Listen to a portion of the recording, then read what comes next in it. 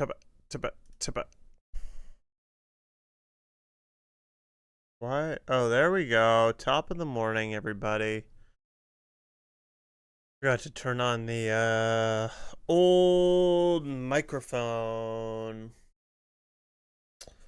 The old microphone, and it takes a second to boot up. How is it going? We'll talk about to start. TikTok is cucking me, dude. So goofy. TikTok's so fucking stupid and weird. TikTok is so goofy and weird. Check this shit out. So weird. Why? Why do you get bangers like this 1200 one? Like, the numbers are so. It's weird when they don't push stuff. And then what's also weird is that they just cut it at like 300. But yeah, had these first few ones, didn't get that much, which makes sense. 400er, then it goes lower, and then the 300 club starts. And then for a few posts, they don't push it at all, which is odd. And then they push it a little bit, and they probably just stop it at like 120. And then we're in the 3 to 400s. It's just weird. It's just all it's all weird. I don't super get these numbers, and then you get to weird shit where they push it for days and then they just don't. Like this, I think is appropriate. I don't think I swear at all in this. I don't get it. And then you have a few that they push a little harder. 550, 536, good amount of likes. And then after 3 solid videos with the likes, like a good amount of likes ratio, they don't push it. Solid amount of views and likes, don't push it. Solid amount of view and likes, don't push it. So I don't really understand. And then you have like these 3, not pushed at all. And then they push the shit out of this one. So I don't get it. And now there's this totally appropriate 15 or 75 one. Good timing, 40 seconds. Not pushed. So it's really goofy to me. It's super goofy. And I didn't mean to TikTok. I had to click on Instagram. Because all the platforms are so weird. God, Instagram also is like kind of the worst for the back end shit. Like this is so gross and weird. But yeah, okay, so Instagram is pushing this one.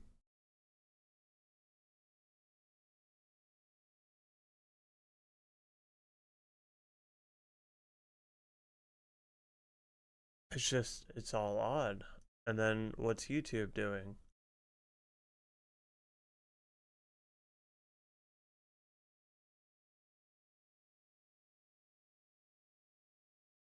Not pushing this one on YouTube. But YouTube is definitely the most consistent, for sure. They generally push almost everything. Almost everything.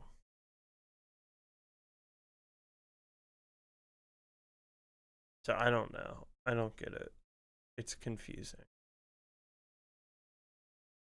It's confusing as shit. But but yeah. I have started to put out 2 a day now. 2 shorts and 1 video a day.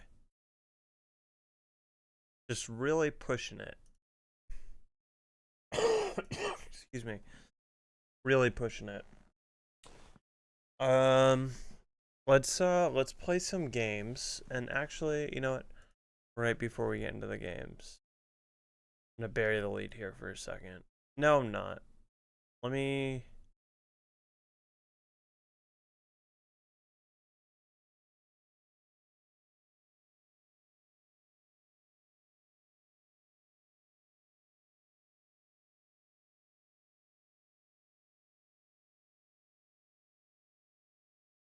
Oh, let me get distracted with what's on my homepage. Jeez. Okay. I'll do that later.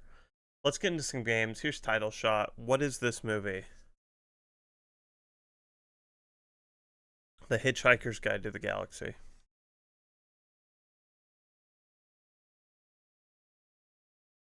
That one was so fucking easy. I mean, really? I purely went off the text.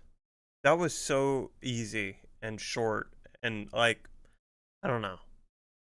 I don't know how someone saw all of this writing. How so many people saw all that writing and still went with Finding Nemo, Avatar, Frozen. What? When did? Okay, on the second guess, people started to get with the program. That was stupid easy though. I'm gonna be doing my shit here.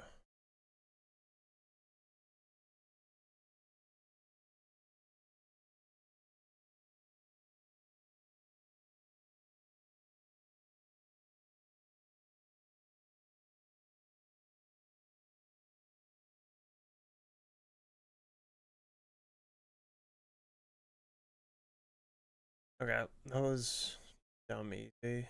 Oh, oh, what is this? Is this the Green Mile? Probably not.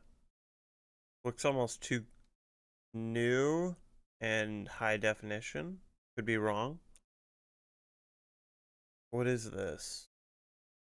Should I search Green Mile? I don't think it is though. Didn't think so. What is this? Oh, Shawshank Redemption?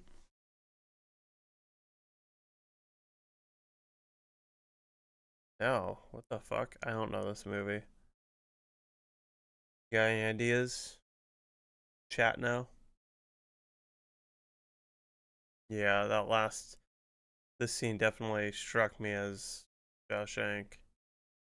Yeah, I don't. Oh, well, I only know one movie with him in prison, but I didn't think Robert De Niro was in this. What is it called? Okay, so I don't know. Stone. Never even heard of it. I don't know what Stone is. Ooh, it looks like no one got Stone on the first guess. And everyone was guessing the Green Mile. Number two, still Stone not on there. Everyone was guessing Shawshank. Number three, that's when people clued in. They're like Stone. Uh, I don't know that one. How much is water these days? Wow. I don't know my prices of water. Holy shit. $5. Clearly, I was way off. Water is not as valued. On the bright side, that means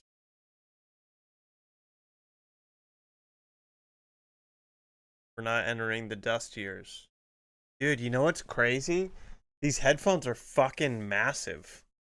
My screen, the stuff here is tiny, so I couldn't tell yesterday, but I was editing a video. These are fucking huge. They are so big and fucking dumb looking. It's so crazy. Yeah, these things are huge.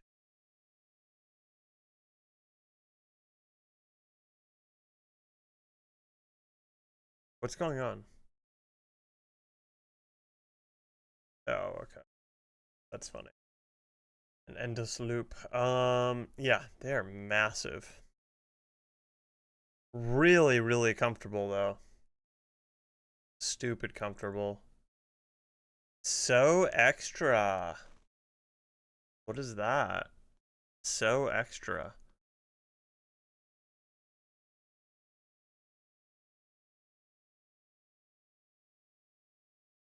What is that? So extra.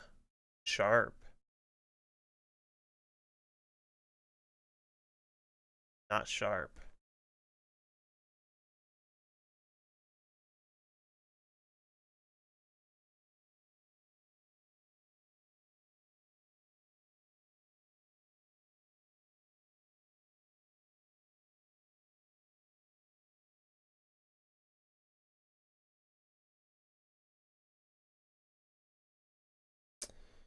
Not spider, unless it's spider.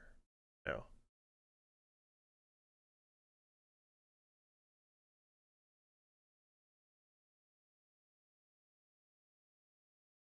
Hmm. All right.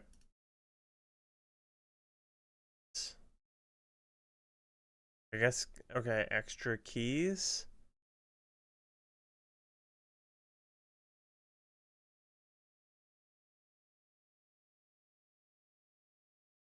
What else do we have extra of?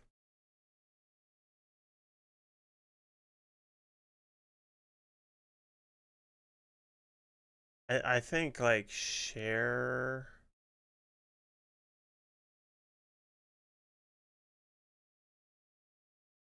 like shareables.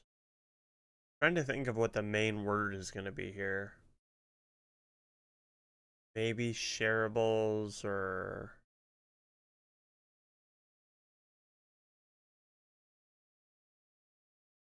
ooh, shart. What? Shart's not a word? What the fuck? Shart isn't a word?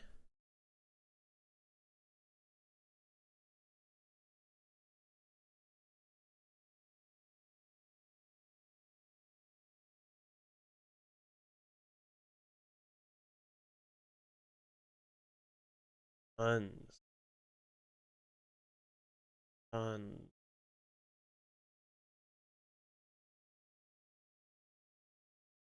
Tons? But that one works. The T would be cut off. Alright, not tons. Let's do another hint. Item? What are we doing? Oh, wait. It's not item. Might? Okay, it's not might. Time? Okay. Extra time? Oh, jeez. We'll do another. Yeah, I like honestly.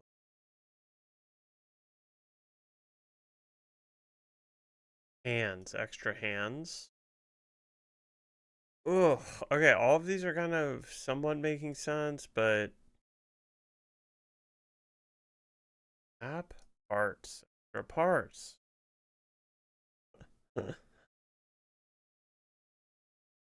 Spare.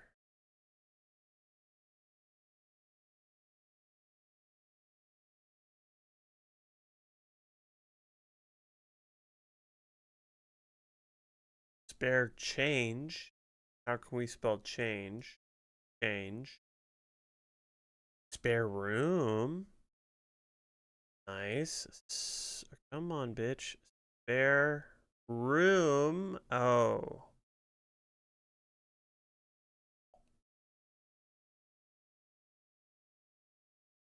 All right. How do we? But I think you're on to like tires. Spare tires. Nice. What? We spell it right? What?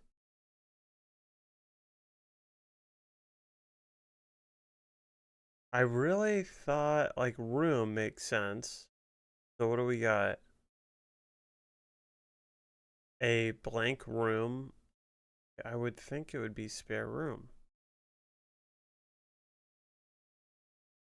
Is it spared room? I mean, it's not, but spared room?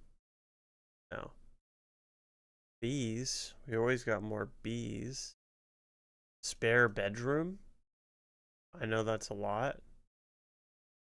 No. Okay. Do bedroom.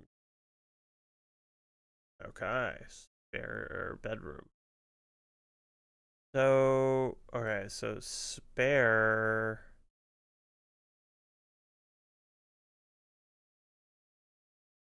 Spares. It's just spares. Can you spare a moment? Okay. This one was really it made a lot of sense, but I still don't I don't like it. I don't like it. Okay. Concern for dentists and nuclear physicists. Get married in a hurry. What is that called? What is that? Oh, x-rays, huh? Elope, thank you. Okay. The world's all best-selling book. Jesus. Donut's shape mathematically.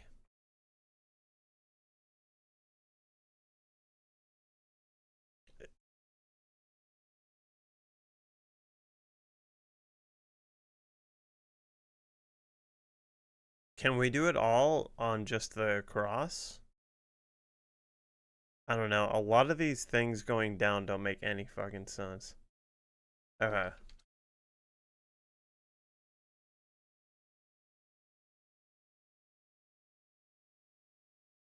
Donuts shape mathematically? Like it's not that, right? And concern for dentists and nuclear physicists. Okay, we can't. It's fine. A Lannister always pays his debts. Oh, that's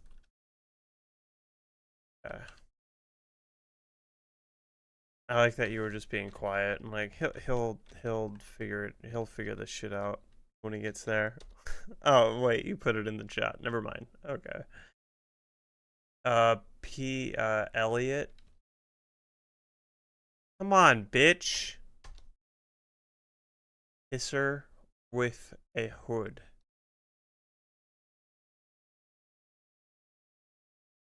Hisser with a hood. Do penises hiss? Do penises hiss? Where my head goes when I hear hood. Cocks. Always on the mind. Always thinking about dicks. A plus. Wade's on it today. Oof. That makes me cringe.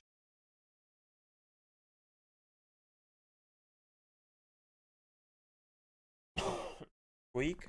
No. No.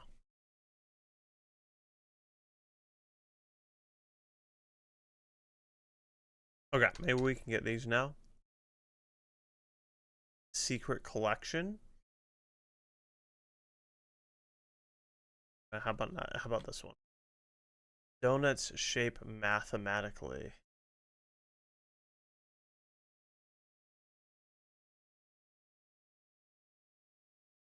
Goldbra. Oh, nice. Goldbra. So this is Taurus. This is a stash. Fuck off. And this would be... Oof, that makes me cringe. Uh...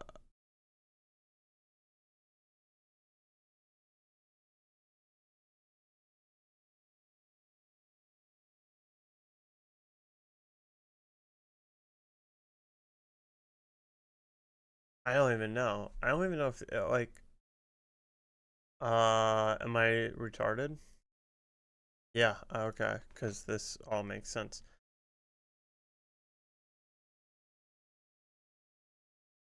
Is it an N? No. Wait. Oh, decay. Yeesh. What's yeesh? Yeesh. Yeesh. Yeesh. Okay. Well, you killed it today, buddy. I did not.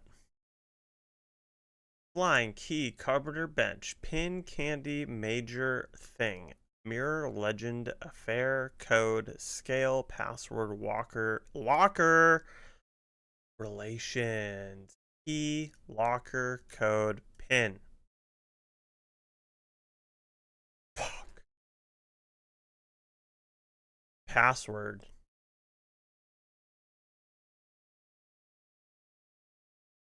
Instead of pin?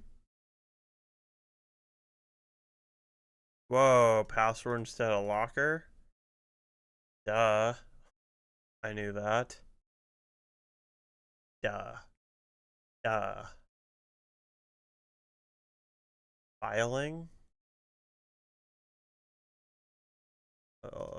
Filing?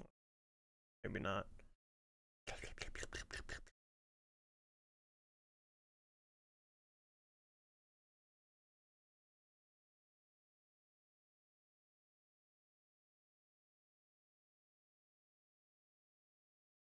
What's the spelling one? Because I think candy's going to be in it. Legend, bench, scale, mirror. Legend, bench, scale, mirror. Ooh, one away. What's your thought on that?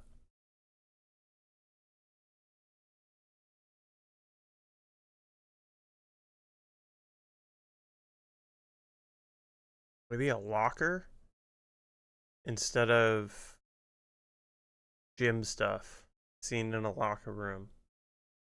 Ah, locker room stuff.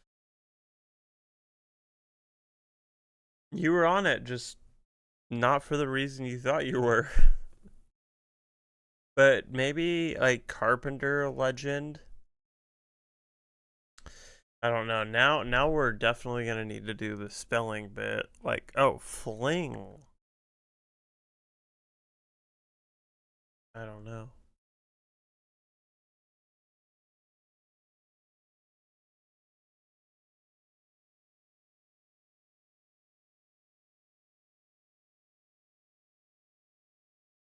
Fling affair relations thing. Fling affair relations thing. Damn, dude, you're on it, buddy. What's the spelling today? What is this? Holy Johns.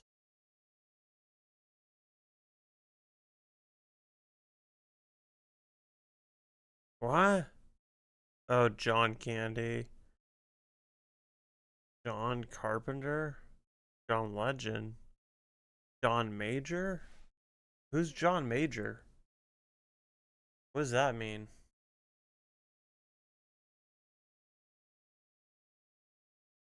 Huh? Are we over 50% yet? No. Still at 45. Still at 40 fucking 5. That mistake distribution is hilarious.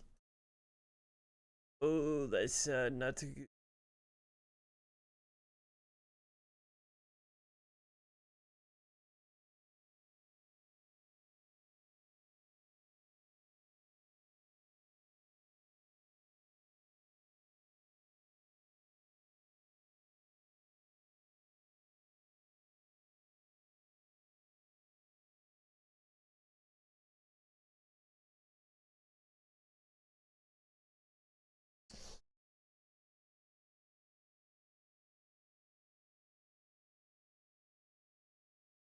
Perfect. Cool. Cool, dude. Cool.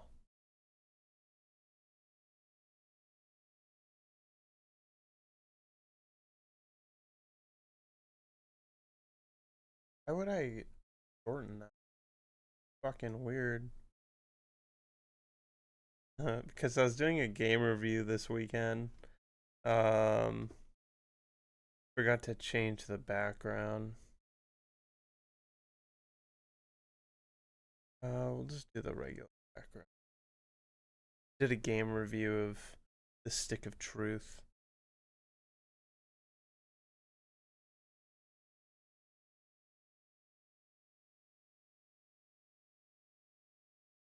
Oh, you know what? Okay, here's what we're gonna do. I need to make this into kind of a video. So here's what we'll do. Let me pull up every person's favorite program. PowerPoint. Wade, tell me some of the biggest card pack openers and who is that? Who else do we got? Oh shit. Can we get like, I don't know. Do we do respectful photos or funny photos? Why don't you know?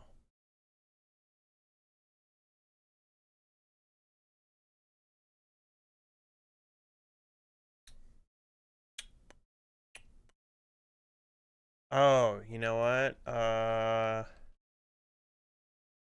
Where's that one? Perfect. It's not funny, okay? This is serious.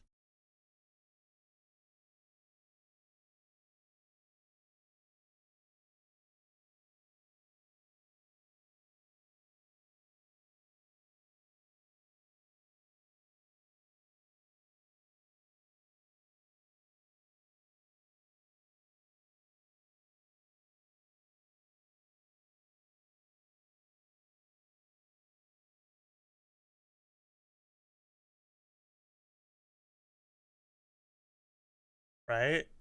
He's into cards.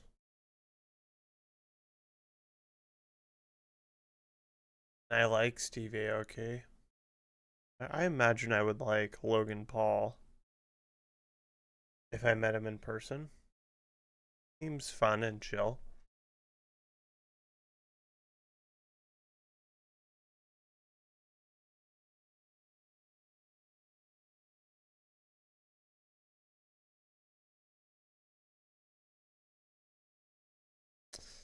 Okay, these aren't. I need good. I don't know. I need just fucking too funny. See what that pop. Oh, here we go.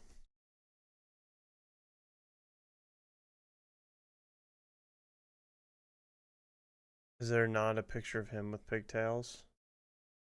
Pigtails, one word. Dude, I really want Einstein.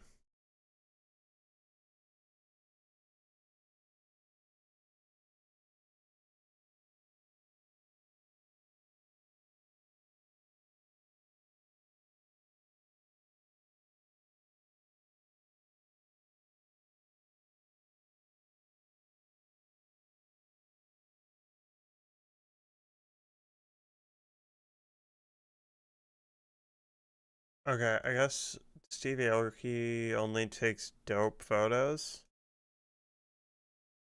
We'll do that one. It's a great photo. What a great photo.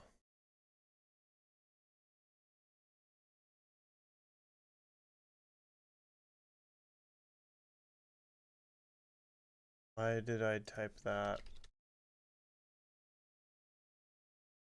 Perfect.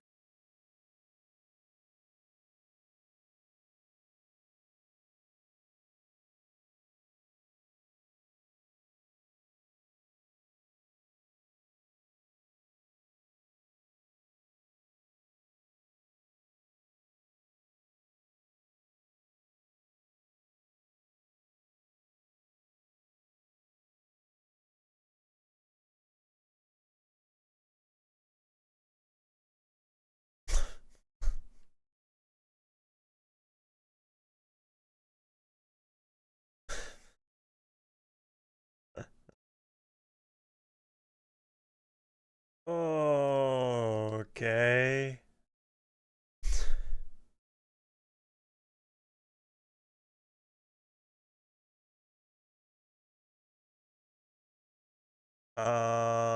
Popular.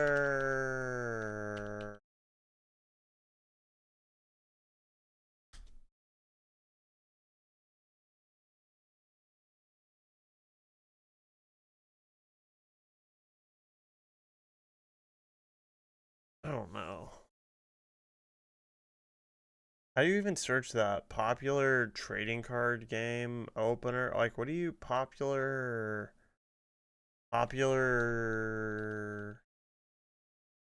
card pack influencers?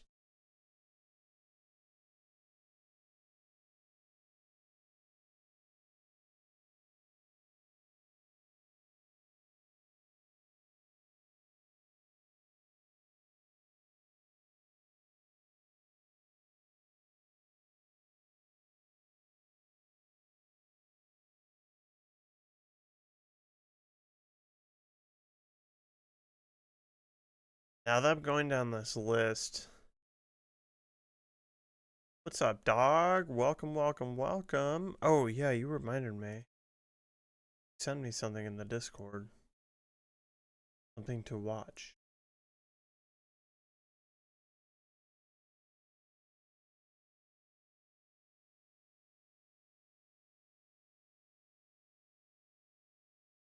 No, I don't. Oh, to look into? Okay. No, I looked at that trading card simulator thing, and I don't know if it's my speed.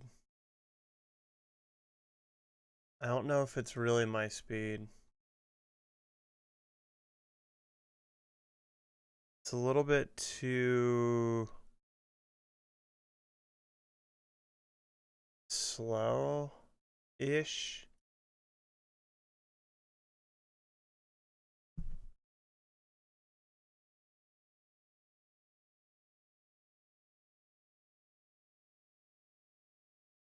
Well, this is a completely different list. That's fine. How many people do I have? I need just one more. Like, one more person.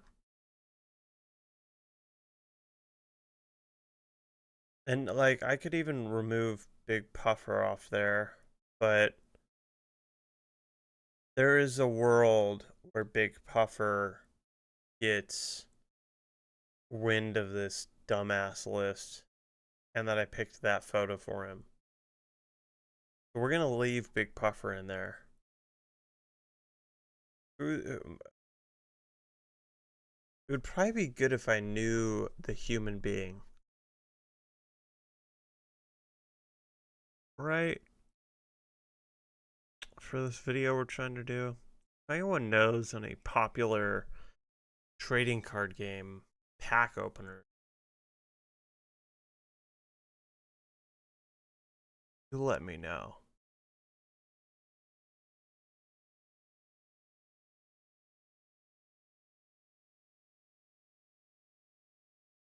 We'll just do this Michael Rubin.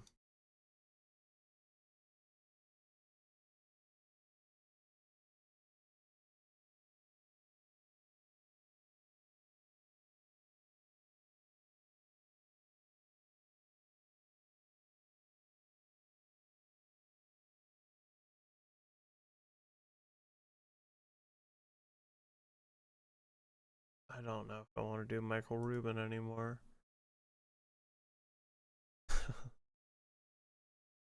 Ugh, it's so stupid that I just need like I need just 5 people. You know? All I want is 5 people. Five. Five. 5 human beings.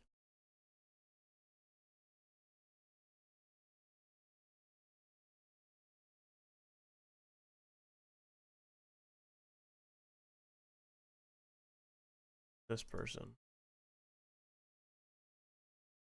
Not a person. It gets a company.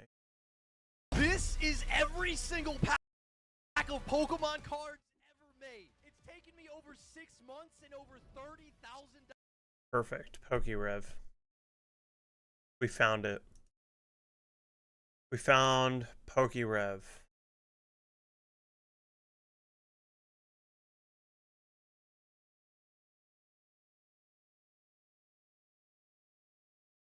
Does he have a shitty photo? Nothing against PokeRev, but it's kind of the theme we're going for here. That's fine. It's fine if you don't. Or oh, that was not that bad. That's perfect. Okay. I just wish I would have typed in people's names beforehand. Oh, but we wanted there was a thing for that. Type. Anyone know how to use fucking PowerPoint?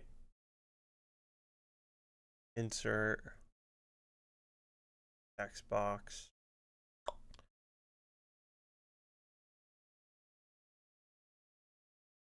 I'm gonna get into trading cards.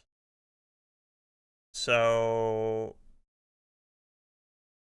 trying to think of how to make this into a video of some sort. And I guess a good way to start it off would be to introduce the idea of getting into trading cards. I'm gonna go buy some this afternoon, but we're gonna do some research on a certain type of card. Permanent.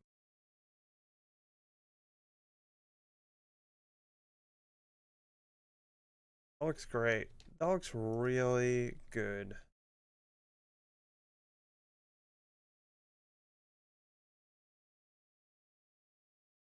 Steve Aoki. Is that how you spell his name? Aoki is how you spell his name.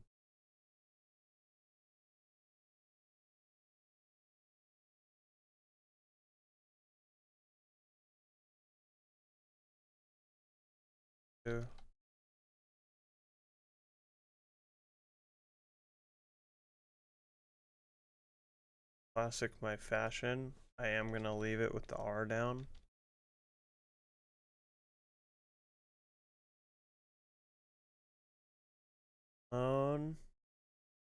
And then what was this dude's name? Revy? A little bit of both. I don't know, just to add something. I've always wanted to open up the cards, so kind of just for fun.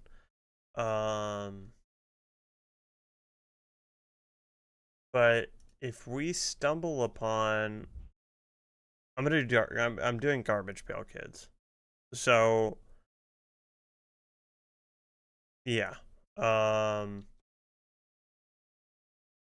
We'll see what that world is like. We'll see what the world of Garbage Pail Kids is like. I thought that would be fun though. Seems like low competition. Kind of an untapped market, if you will. And who knows, maybe I revive the whole thing. Maybe I revive the whole thing and make Garbage Pail Kids great again.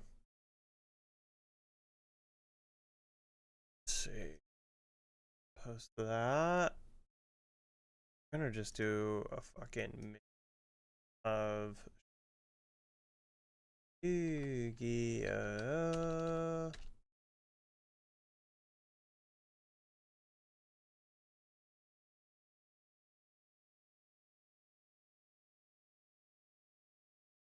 Why though? Like, they're separate items.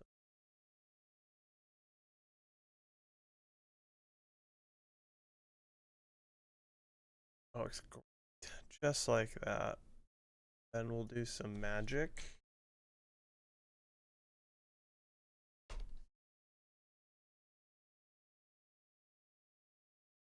Copy image. Copy, copy, copy. What's another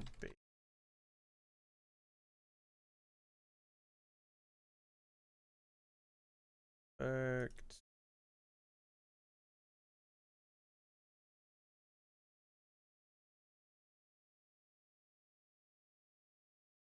No way, that's it, right? No, I just didn't copy it. Or it's not the right type of. Try this one. Copy image. Perfect.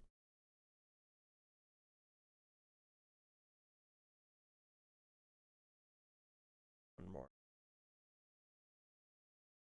Also, those Pokemon.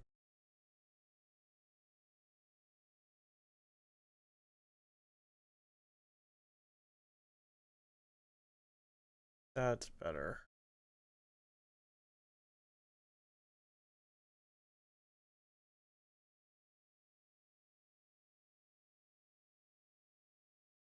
Hi, girl.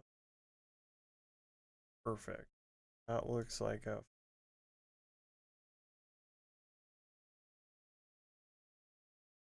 Wait. Bring this forward. Ah. And then, because we know where the button is now, Xbox.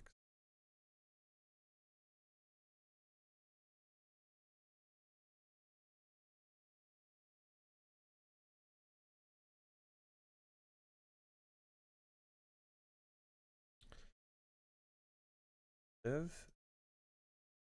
Marker. And probably make it bold. Alex. Nope. But we do need to make this white. That's not easy to see. What would be really great is white, and then is this a stroke? No. Oh, okay, but that works. Perfect. Didn't mean.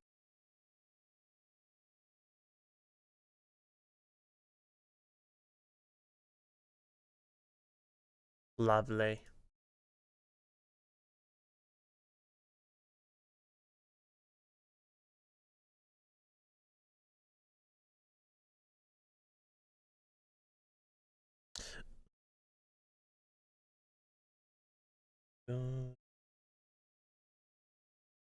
Wonder way I could find the picture I want really fucking fast.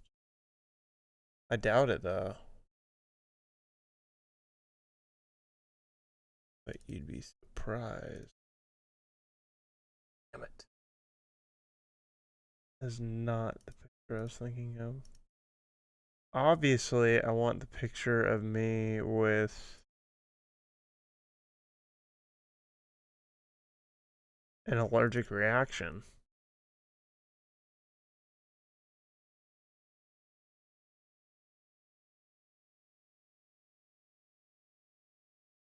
Hmm. Hmm.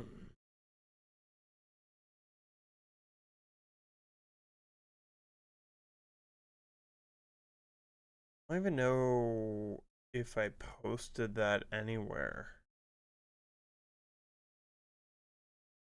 I don't think I did. Luckily, I don't tweet that anymore, but I guess, oh, okay, I did post it. Perfect. Now, is there a way to add a blur on, is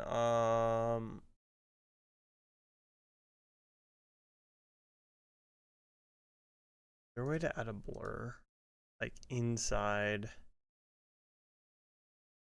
I highly doubt it.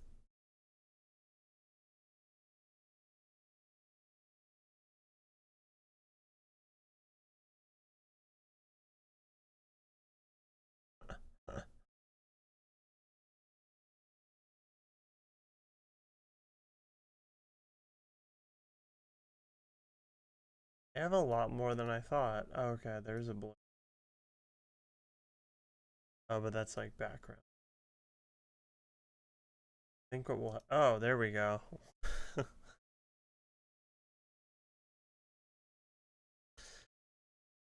there's no way to tell it's me. Or you can, but it's kind of funny. You definitely know that's my picture. Okay. Well, this is going really well. Copy this.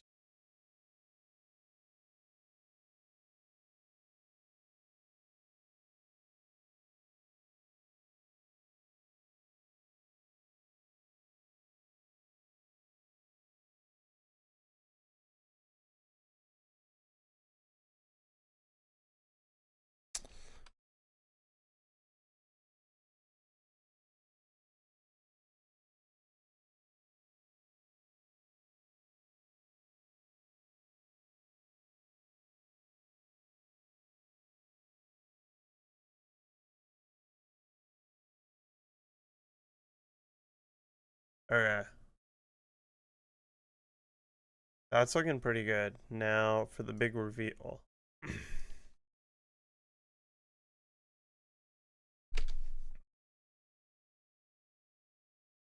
And what's really funny about this is when T is Mike. It's gonna be funny. Oh, that's funny. Mad Mike right there. It's gonna be funny when we do research into this over the next hour and I realize like, you know what? This might be a terrible idea. Might be bad idea. But it's fine. If we're only wasting an hour to realize it's a bad idea, that's better than wasting money learning it's not a good idea, but I don't know. Yeah, I mean that's my thought, and I think Garbage Pail Kids is untapped. I don't think people are doing these. I don't think there's we're going to find out. But I'm going to do my fucking best to bring this back.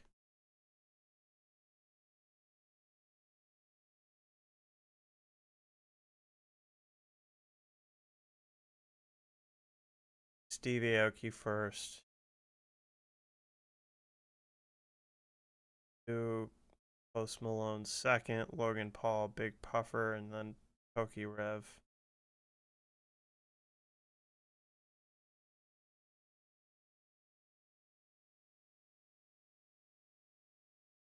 Yeah, but there, yeah, I'm with you. There is some money though. Like there are rare cards that are over $1,000. So it's I don't know, and it also is all demand. Like in the event, let's just go with the crazy scenario. Let's go with a crazy scenario that this all works out. I actually become a very popular YouTuber and streamer. And let's go with the crazy scenario. I literally do influence the Garbage Pail Kids card buying into the stratosphere. Boom. There we go. Now, the likelihood of that happening is not, with all of that happening, not huge, but it could happen. Crazier things have happened. Crazier things have happened. Ultimately, though, this is just for fun. I think when I was in the card shop a few months ago, like one pack was like $2. And I think, like, I don't know. I think my budget, I'll spend $100 on cards today. So, you know, if it's $100 and we have some fun and we get to open some things and it leads to nothing else, at least we had fun. Like, I'm not, that's totally fine. I'm good with that. So, yeah, I think it'll be fun. And also, too, worst case scenario, I get to pick out, let's just say, oh, it doesn't matter, 40 of these cards, like my favorite, and I'll make my own print sheet. Like, it won't be the same nearly as XQCs that we saw yesterday, but I'll make a poster out of them. Like, I think that's the worst case scenario. Is this leads to nowhere, and I end up spending another $60 on a fucking poster frame and make a poster out of them. But I'm all for it. And yeah, it does like yeah. Yeah. Life is expensive. Life be expensive. I fucking ordered it at Jersey Mike's, and after delivery and everything, it was like $32. That being said, it was all my food for yesterday, but still, life be expensive. Life be expensive. Dude, it was so annoying. I ordered that. I was so excited. Waddled my ass downstairs, picked it up, and they gave me someone else's order.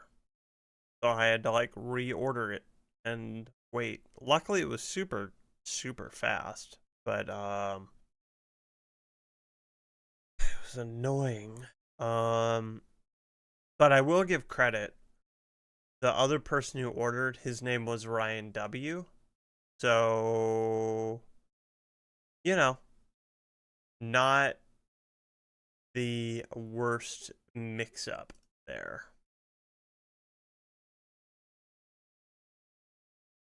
Okay, now the big question. Order was good. I wish I oh no, I don't even know. I think I just gave it to my mom. But it was like I don't know what Ryan W was thinking, but it was like some just boring like ham and I don't know. It was like the most boring looking sandwich ever. It was a boring looking sandwich. I don't know what Ryan W was thinking with that one. Alright. That looks pretty good. Go to post game here.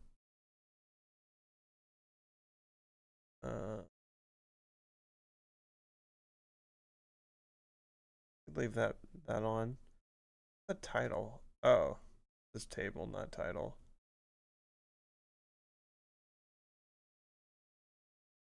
There we go. That looks good. Just a little bit bigger. That look. Sick. Okay.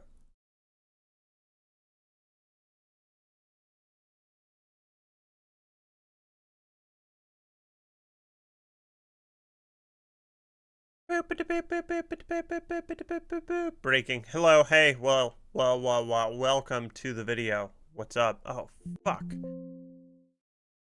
Now I have to try that again. Movie magic is gone. Breaking news. Hey, what's up? Welcome to the video. So, here's the thing. Trading card games, collecting cards, opening packs has been pretty big the last 10 to 20 years, and I've decided in 2025 to dip into the race, bearing the lead of... Damn it. That does bury that lead. Yeah, let me rethink this a little for a second.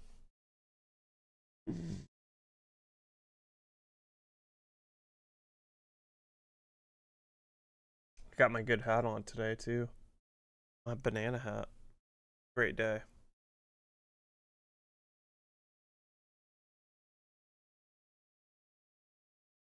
Do I do the boop boop boop boop boop boop boop boop thing again? Maybe. Oh, you know what would be good too, actually? Here. Let me this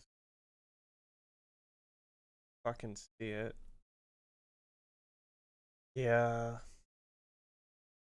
You know what would be cool is if when I turn this on. Oh wait, not that one. God damn, I keep on seeing that one. When I turn that on, if it made a sound, I could do it, just not quickly here.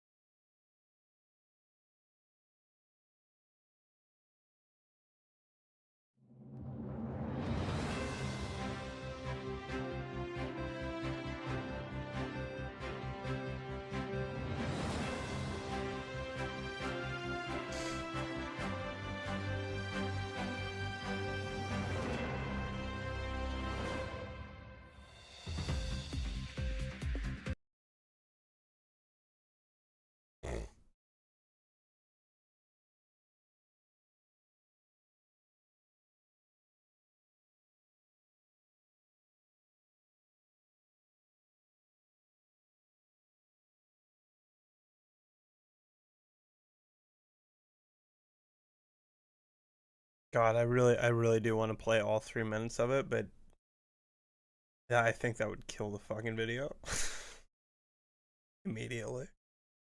I mean, what is the full video? I'll cut it out if I need to. It would actually just cut that shit.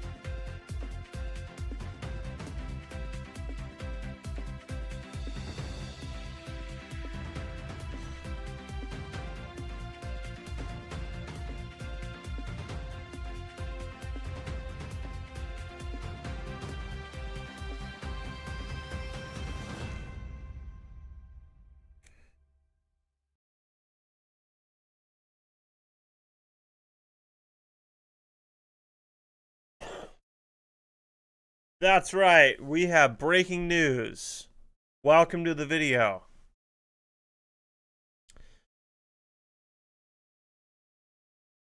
So there's been a trend, a popular thing that's been going on for the last 10 to 30 years that I've always wanted to participate in. Fuck, I'm not supposed to say I'm doing it yet. Son of a bitch. There's been a popular trend going on the last 10 to 30 years, and I think it's worthy of looking into now. That trend, of course, what I'm referring to is trading card games, opening packs of cards, gambling on cardboard and ink. Some notable names in the game include Steve Aoki, Post Malone, Logan Paul, Big Puffer, and PokeRev.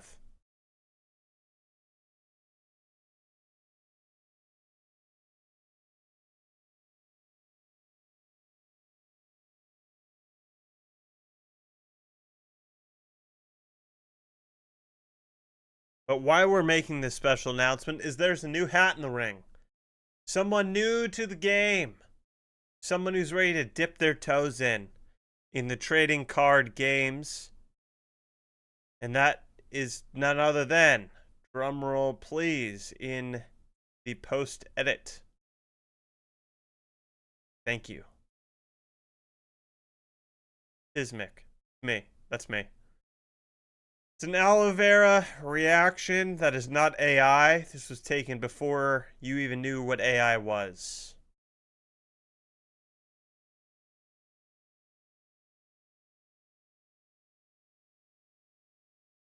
I got distracted with the call.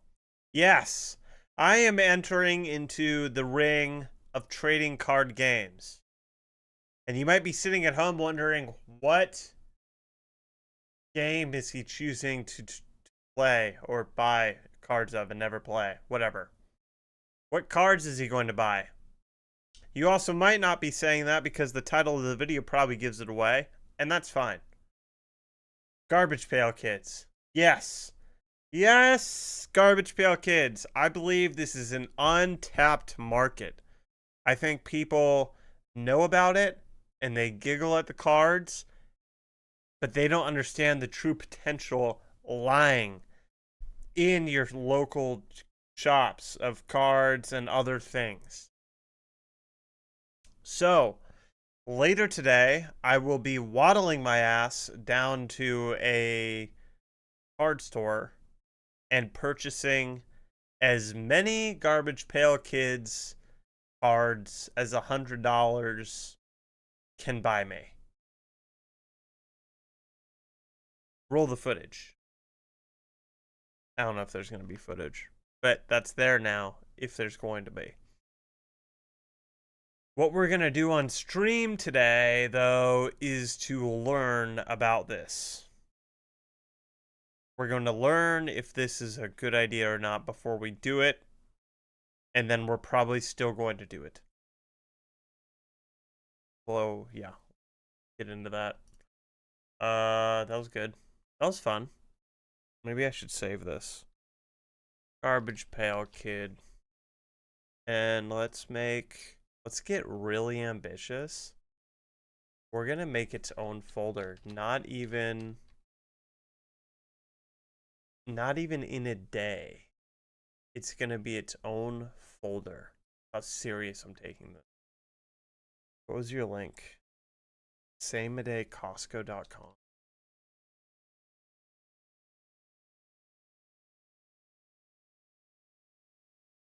Really?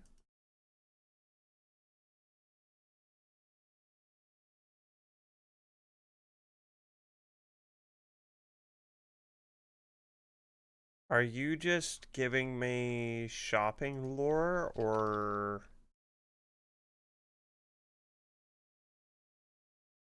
no? Yeah. Is it? I guess it is. That's pretty good. Do I have to be a member?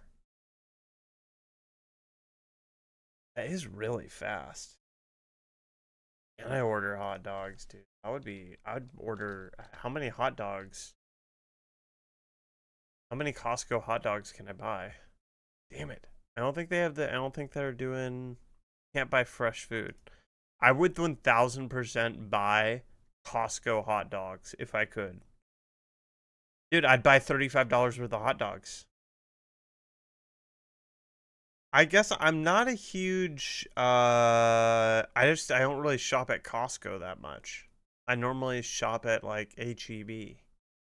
I'm a Texan now.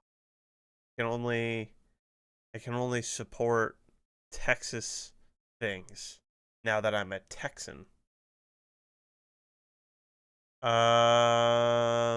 Do they have hot food? Wouldn't that be sick? Why wouldn't they? Like, you can deliver in as little as an hour.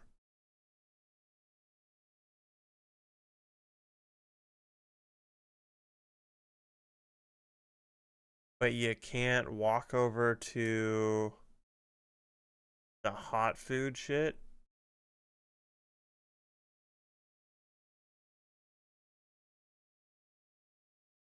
You know what would be funny? Do they have like, do they what would I need to make hot dogs in this room right now today? Like, what's required of that?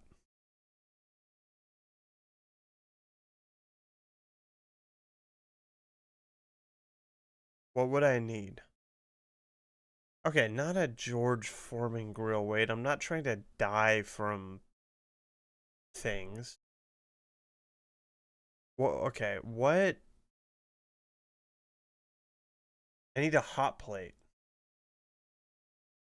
No, I don't want to. I don't want a barbecue. I need what it would. Oh.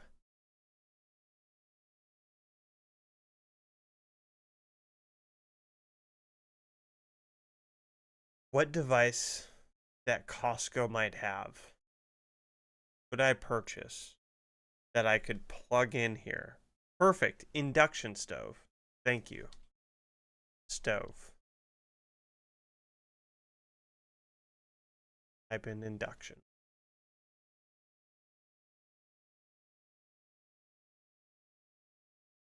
I mean, this could be the greatest ad for Costco that I could ever, like, we could make a fucking awesome ad right now. Like, same day delivery. Hey, we had this idea at 11:40 to cook hot dogs inside on stream, and we're eating hot dogs by 1. How crazy would that be? I literally just paid myself. Like, the money just hit my account, and I feel like I'm like fucking retarded with money right now. And I'm just like, oh, we could buy fucking hot dog making gear and like Garbage Pail Kids cards and da da da da da da. Okay, where would it be? Home Essentials?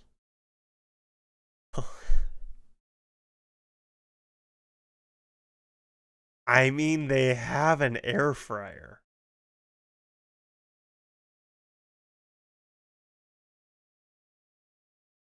Dude, okay. I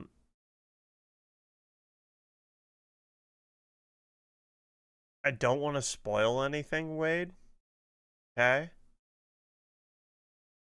But this may or may not. Here, let me switch my screen. This may or may not be on my wish list as a family gift to all of you guys. I may or may not be buying every single person in the family this exact thing.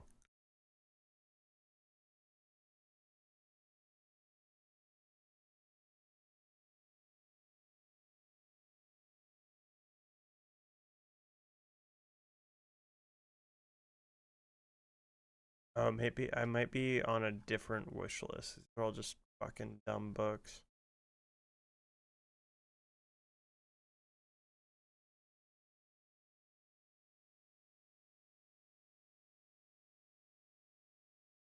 I want to like click and show my address. Oh, there we go, dude. Literally, it is the thing that's on there. It's literally the one you sent. Is on my family. It's the only thing that's on there. Literally the only thing. Sick. Okay. Can we get back to this? Um so we have an air fryer option. Although for the bit, I don't know how much I need 2 air fryers in my house. I'm not normally craving, yeah, and now you crave it. like water. some of it I'm could craving be- water. I also don't know where I'd put the air fryer. I'm like kind of out of surfaces. Okay.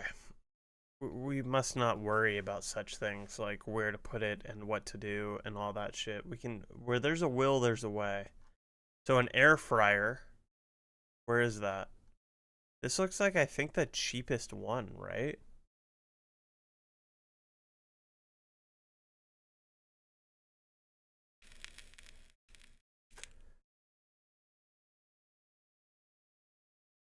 Where? Oh, you actually saw it? Do I just need to search griddle? Because I'm not going to be able to find it. Wait, is this it? No. Is it $30? I'll just search it. You said griddle. Griddle. 28. What the fuck?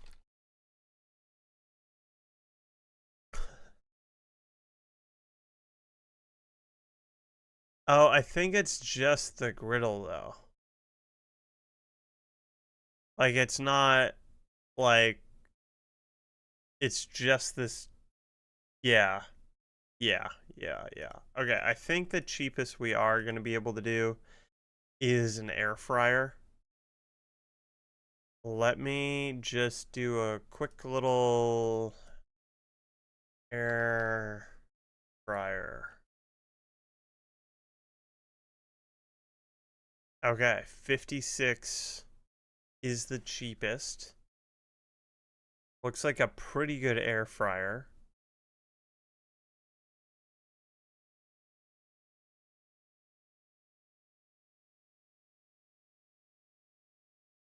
That looks like a great air fryer. Again, I don't think my house needs more than one air fryer, but for the bit, I'm willing to buy the air fryer. Hot dogs. Ooh, okay. Well, here's the deal. You know what's better than a fucking hot dog? Sausages. Bratwurst. Would love like a bratwurst. Feeding the homeless for a bit. It's funny. Okay. Sausage, though. That's the way to go. Okay, hold on. Where do we start? Because I think we could probably get brats in any form. Or any size amount, you know? These look great, right? A 12 count of hot dog. $10. Feel like that's not a bad deal. Okay, we'll add 12 count of hot dogs. Ooh, condiment. Look at this. Costco. Unfortunately, though, I mean, okay, I'm not gonna touch the relish. And I'm not really a fan of ketchup. I like would only put mustard on it.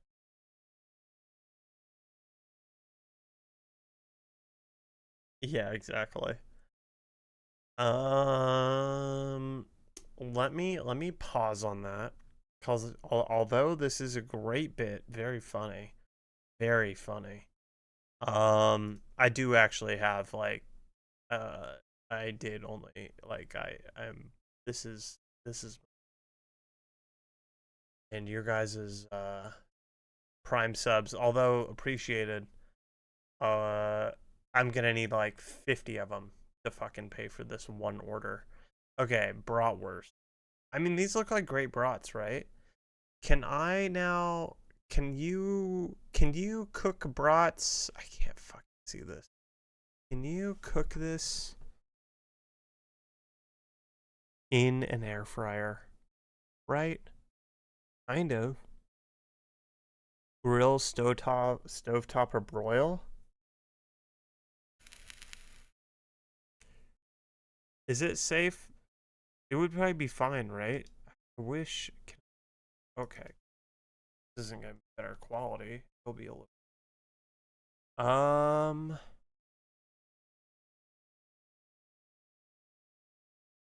Yeah, I mean, I guess you can broil, right?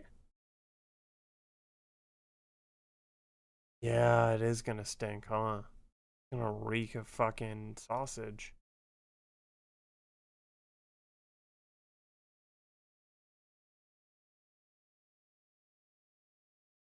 Is this a bad idea?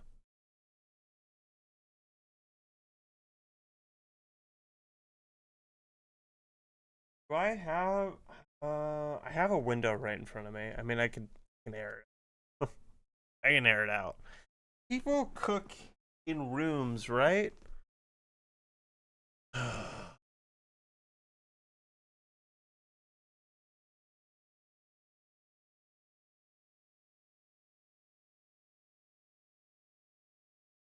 You know what we gotta do? Ask a Magic 8 Ball.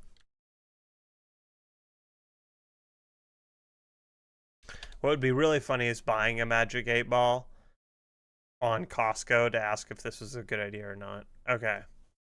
Do I give it any context or do I just say, is this a good idea? Alright. I'm thinking about utilizing Costco's newest same hour delivery to deliver sausage, buns, and an air fryer. Is this a good idea?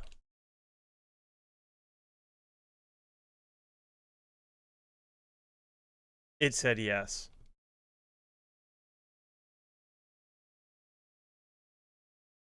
It said yes. So I guess we have to do it. I can broil this. Let me do a little bit more research on.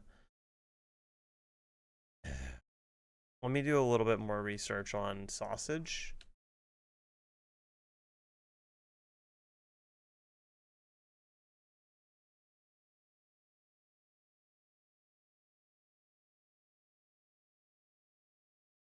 Okay, they don't have a ton. Fine. I think the one I picked is fine. Right? Okay, so what's our total at? We got an air fryer, rolls, and some bratwurst. $75. Could be here as soon as 120. Maybe, I mean, I would love some mustard. But let's just search mustard and see if maybe we can get a reasonable amount.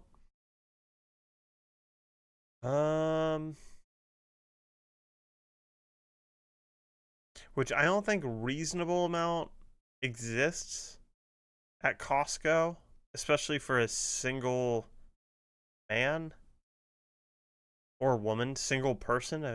One human being probably shouldn't be shopping at Costco too much. But I do love mustard. Ah.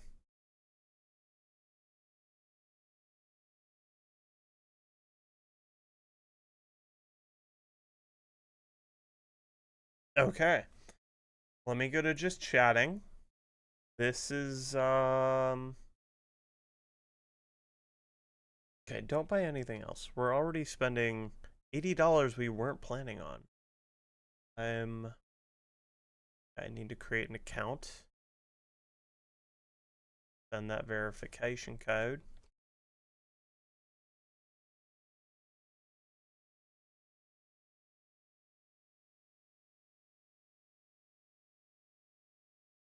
Okay, new password. Dude, Google's passwords are crazy. But I always feel like I have to choose my own password because... Hold on.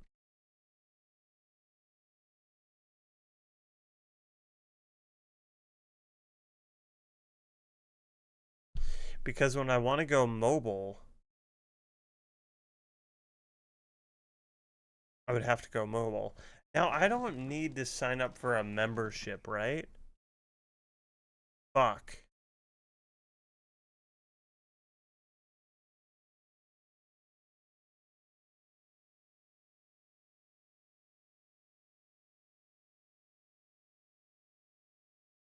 Oh wait, I don't think I do. I...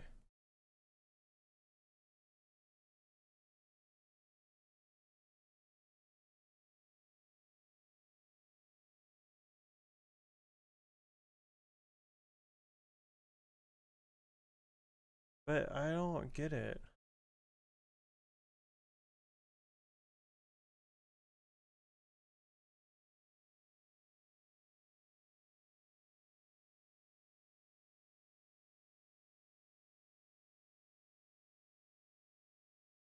My shopping cart is empty now.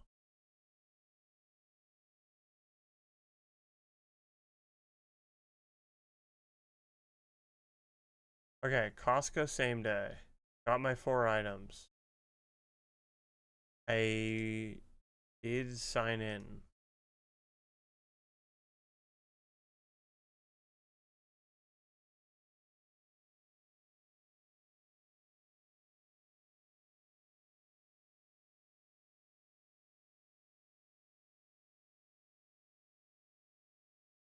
Okay. Art. Maybe do I have to be I might have to be a member to do the same day shit.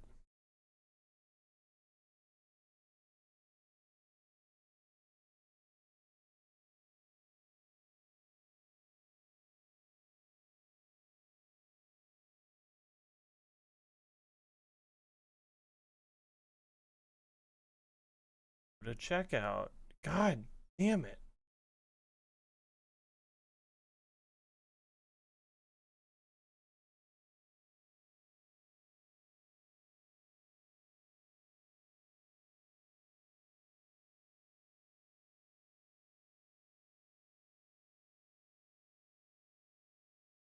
How much is a goddamn membership?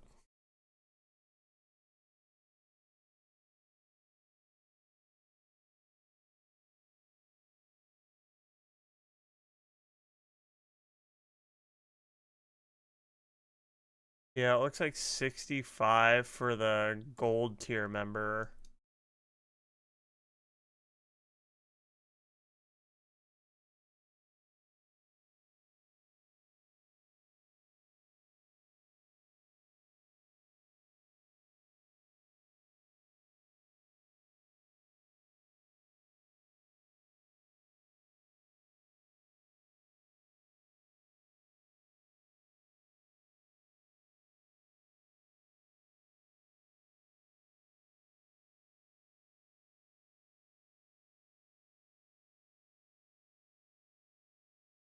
I feel like the other option is I just go through Instacart and do this exact same bit, but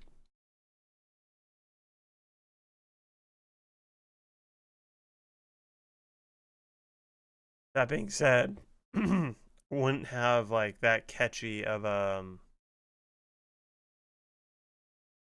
I tried Costco's blah blah blah, you know? Same day shopping.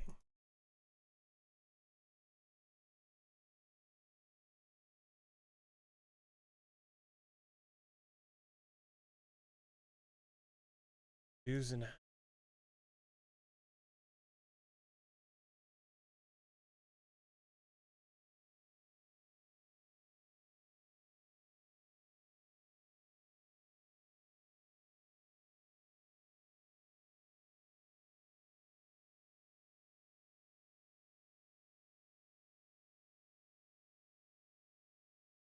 I think I think I have to go through Instacart and everything's just going to be a tiny bit more expensive. That being said, uh I'm saving $65 by not signing up for Costco's membership that I will never use.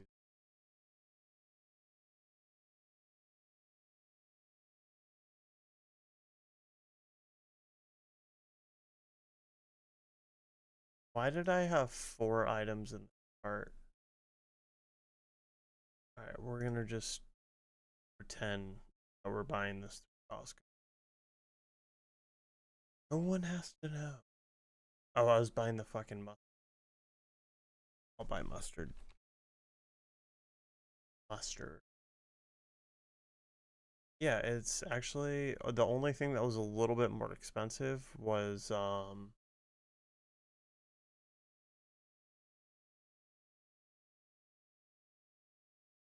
oh, see, yeah, okay. So save $10 on this order when you add your Costco card, but I don't have that, so I'm gonna go to checkout.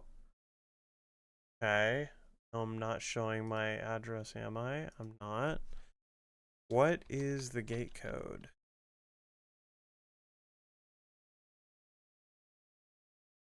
I have to do this every time, dude. I have to go to DoorDash, pretend I'm making an order, go to the checkout just to see what the fucking gate code is.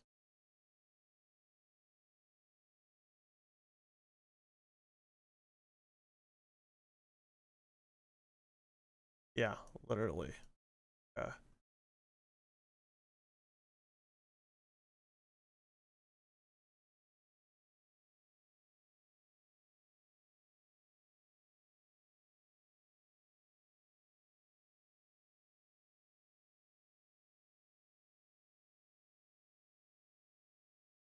Did I put the right number?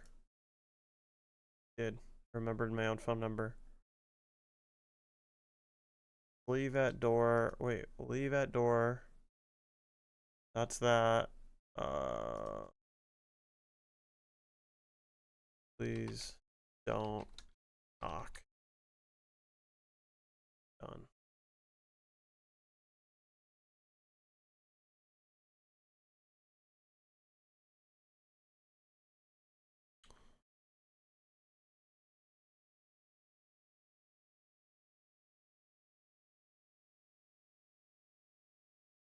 Yeah, writing it down would make sense.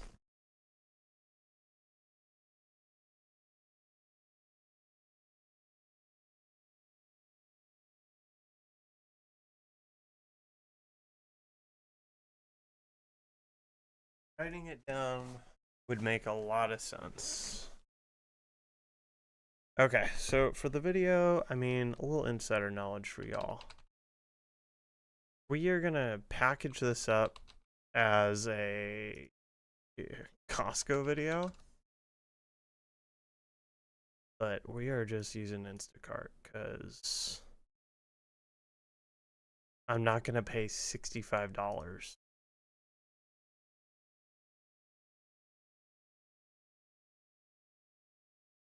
to have this. Like, that's a really expensive delivery fee.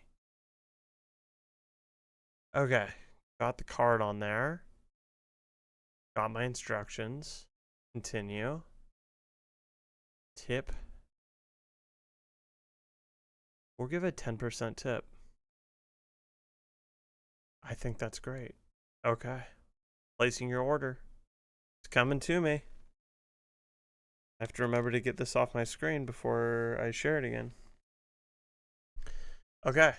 My order is confirmed. Costco will be here between 12:30 and 1:20. It's currently 12.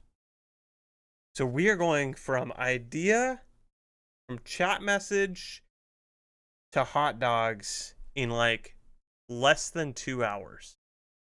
Maybe. We'll see. I have to find somewhere to put this fucking air fryer. Okay, let me move this off my screen. I will also note, I've been making a fucking joke about how much shit is in my room and how the last thing I need is just a kitchen. And now we have a kitchen.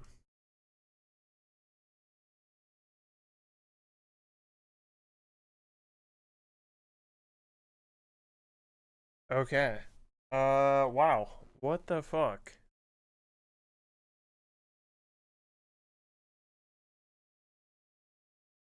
Does an air fryer need to be on something that's not flammable? Like, I'm not planning on putting it down on carpet, but I'm not planning on that, you know?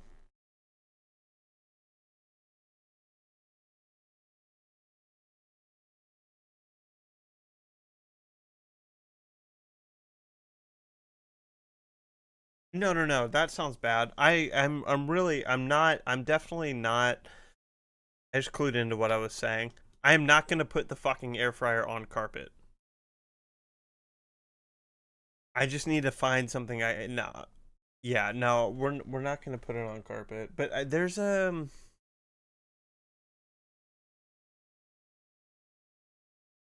cheap table somewhere in this house.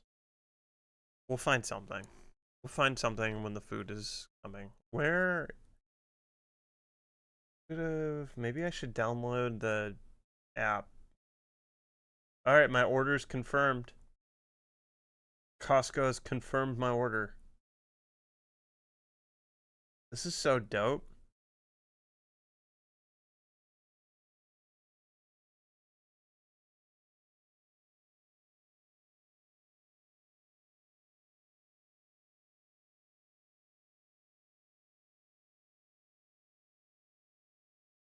This is awesome. Okay. And then where do I put it? There's over here. Over here would be really nice, right? A desk and a thing.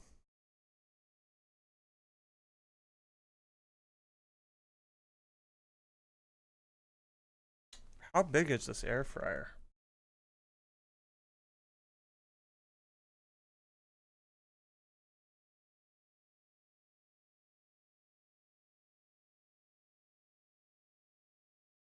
Details. Details. How big is this fucking thing?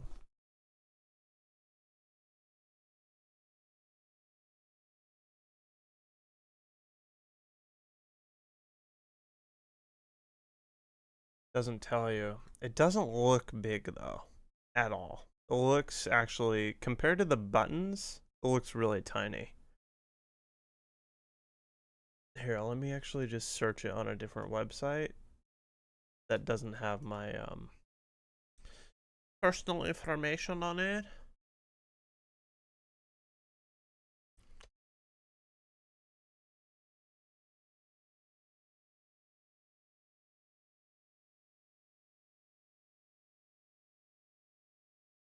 I think this is the same one. Much cheaper. Oh, it's only $5 cheaper on Amazon. So that's a win in my book. That is not much. That's not different. Okay, 15 by 12. 16 by 12. Okay. 16 by 12. 16 by 12. That's not terribly big. Okay. And I already have I have an outlet right next to me, so I'm pretty much ready. Let me do this then, cuz when is this arriving again? 120ish, 120 at the latest. 1207. Oh, arriving between 12:30 and 1:20. Shopping shortly. Veronica is shopping. Maybe I should turn my phone, my noties on.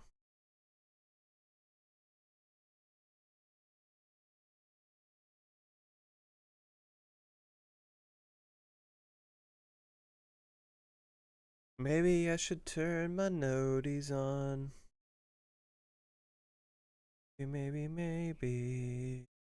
Dude, I'm so glad we saved $65 by not signing up for Costco and having the genius idea to just go straight through Instacart. Is that a life hack or what? I think that's a life hack. I think that's what the kids refer to as a life hack. We hacked life. Dude, that must be a benefit in getting that. I'd be so stoked if I was doing my Instacart today and someone was like, you got to go to Costco. I'm like, got to? I get to. I get to go to Costco. I get to get yummy things at Costco. Dude, if I don't pull out a fucking Costco free membership for all this free advertising, I'm losing faith. I'm gonna lose faith in all this shit. Okay. Here's what we're gonna do. I'm gonna be positive mindset that this is gonna go really fast. So give me 10 minutes. I'm gonna take a break and at the same time look for a tiny table. I think I know where a tiny table is. I kind of need something on top of it though, but I think we have that as well. So I'll be back in just 10 minutes with all the goodies. Well, folks, we are just about to do it. It's the end of the 5-day fast. Oh, you can't see it. That looks horrible. This is avocado and sauerkraut. I have a green screen behind me, so the avocado obviously doesn't show up. But we did it. 5 days. Right there. 5 days fasted. 5 days fasted. It's over. It was a good run. Good fun. But I'm done. That's it. That's it. We made it. We'll not do this that close to the mic.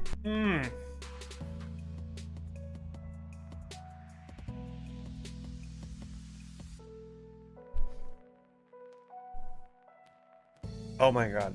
I know sauerkraut and avocado does not sound good. I know this. But I promise you, it is so good after not eating for 5 days. It's so good. 5 days of not eating, have some sauerkraut and avocado and tell me what you think. Oh, it's such a banger, dude. Others. Would you rather be able to pause time but only for 10 seconds a day, or rewind time by 10 minutes once a week? That's a great question. This is a great question, and I have an answer, and I have a good reason. I would choose rewind time by 10 minutes once a week. And here's why. If you're into the stock market, massive moves can happen within a 10-minute window. So honestly, for a job, all you'd have to do is pick, I don't even know, unlimited amount of stocks. It doesn't matter. And just put a thing on, a little alert that says when a stock moves by 5% within 5 minutes, whatever, alert me. Then you just go to you turn back time, go into your broker, you buy options dated for that Friday, 5% out, whatever it is. Mucho money, baby. Mucho money. Set up for life. I don't see this Switch being sold out. Just a guess. Yeah, the new Xbox was a full different big system. This is not a huge upgrade to me. All the other systems seem to like be in line with like, let's make this way better. And Nintendo's out here like, all right, well, I don't know. All of their shit sucks. Like, they probably progress the slowest, and they don't have to. That's the other thing. Nintendo doesn't have to progress that much because their games by Nintendo and their main publishers are so fucking low graphic and, like, not huge compared to any other systems that whatever. Like, I'm shocked Cyberpunk can run on this thing. So, yeah, that's a good point. Nintendo's the wackest company because their fans allow it. I totally agree. It's good that Xbox and PlayStation have a massive rivalry because they're both forced to actually make upgrades. It's true. It's true. I bet if another company came along and said, we're going to make mid-tier games for children and weird adults, Nintendo would probably have to step up their game and make better shit. But because they don't, because no other company wants to waste their time doing that, I'm saying that, but like, I don't know, actually. I'm saying that, but like, is Nintendo a massive company? I know it's big. Nintendo market cap. Okay. This is, 15.39 trillion Japanese yen. What is that to USD? 107 billion. That's not the most massive company. It's not small. Not small at all. What is Take-Two? Take-Two's market cap. Take-Two is a 42 billion. So it's half of all of Nintendo. Put that into perspective. Oh. Why are you doing Japanese yen? I get it's a Japanese stock, but fuck. Microsoft, that's not fair. 3.4 trillion. Sony's a little bit better, but not really. They sell a lot of other shit. 164 billion. So, caption is this needs to be normalized. Here's my take. Here's my take on this. Can't we just give up the hair? Can't we normalize balding? Can't we just normalize balding? Can we just stop with the anti-aging shit? Can we just normalize getting older? That's my take. Can we normalize getting old and just things changing? I bet it would save most of the planet a lot of money and heartache and toughness, with everything. We just normalize losing hair, skin sagging, hair going gray, whatever else happens when you get older. Let's just normalize that. That being said, looks fucking great. Looks real good. Others. You're being dropped from a helicopter into the center of a lake with a diameter of 1 kilometer and the depth of 10 meters. Would you rather the lake contain 100 great white sharks or 10,000 piranha? 10,000 piranha. I mean, no. Hold on. 100 great white sharks. Easily. For so many reasons. One, I think you could outswim or just get away from 100 great sharks way easier. I'm not saying it's going to be easy, but easier than 10,000 piranha. That too, if you get attacked by a great white shark or two, you'll probably die quicker. 10,000 piranha would be painful and slow. So, yeah, vacation is not going to make this list because I never get back from a vacation and go, wow, you know what? I wasn't looking forward to that, but it was a lot of fun. Really glad I traveled for that. I will write this, and this is gonna fuck up some extroverts. Here's the deal. It's nothing against my friends, but I feel like when I'm at home or in a hotel and I have plans to go see them, I am just thinking, well, everything we could do could get accomplished on Discord, and I would be satisfied. That being said, I'm friends with a lot of people who loathed COVID-19. We'll just say that. They did not enjoy 2020 and 2021. I was in my glory. That was the best 18-ish months of my life. Anyway, yeah, so I don't really look forward to leaving my bubble to go hang out with people. But when I'm there with my friends and leaving, I'm thinking that was a lot of fun. I'm really glad I left to go hang out with them. And those are probably the only vacations I do enjoy. Grok, what does this mean? What does this mean? Okay, but this is probably good to know. Lovely news. Just in, 16 billion login credentials leaked in world's largest data breach, affecting Apple, Google, Facebook, Telegram, and more. So that's nice. Dude, does this mean if I used Google to log into my OnlyFans that the hackers could find out what a simp I am?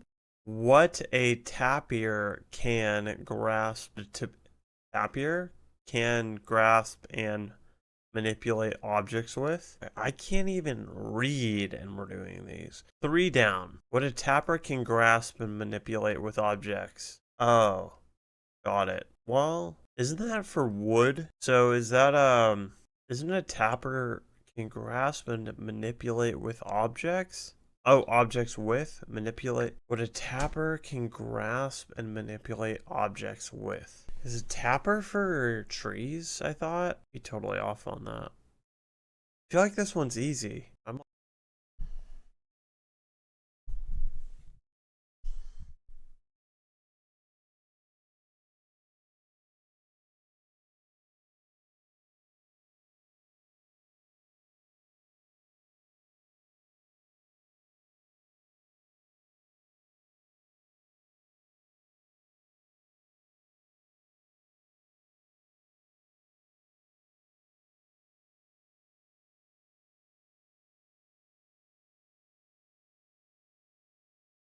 so good. There we go. Is that working? Hello. Okay, I think that works. Perfect. Okay.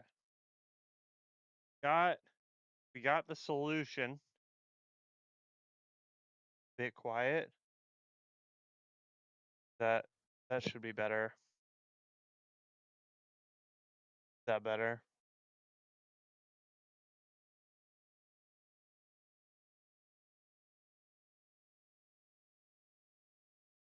Hoping it's this mic, right? This is the mic. God damn. The other day it was like peaking at red. Oh, I wonder if it's this. Is that better? Oh, Jesus Christ. Like monitoring.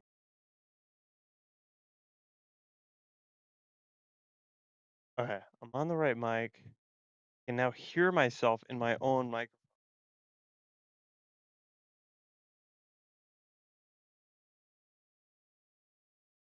Is that better? Am I just like switching the volume between my mic? I don't think that does shit. I can see the volume though. I obviously don't know how it sounds, but it is going in the yellows.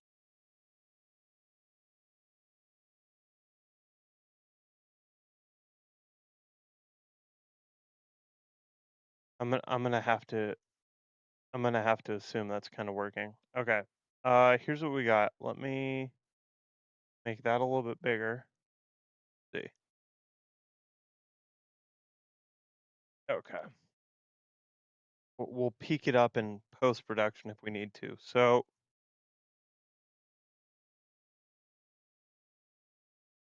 Here's what we got. Here's what we got.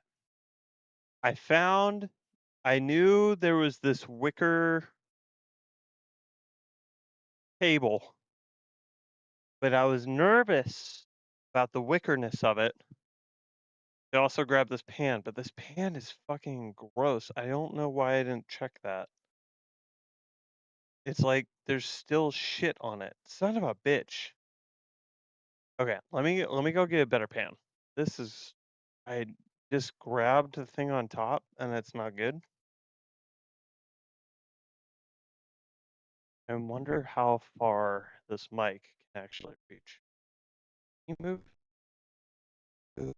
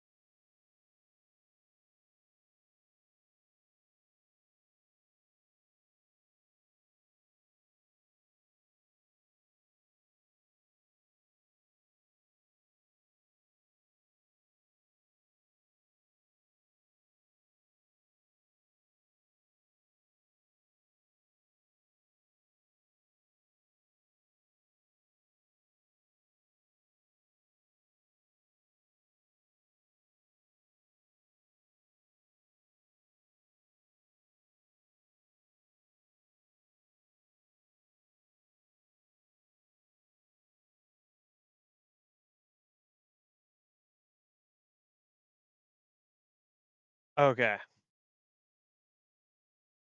got a new pan. Hopefully that's big enough.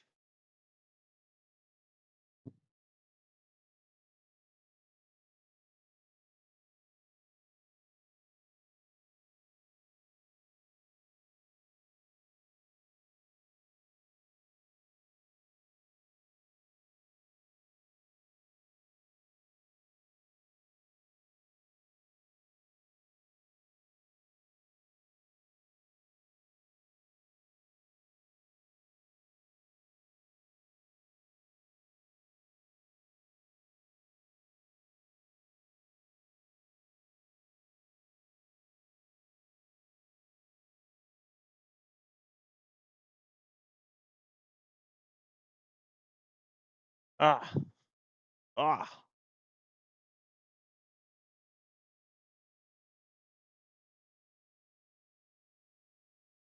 Okay, have tape measure, a tape measure. Well, it's not 12. Okay, this will be fun. It's barely 16. Okay, might be doing some sketchy shit second, but I think you'll be fine. How much? Y'all might just barely be able to see it in the corner.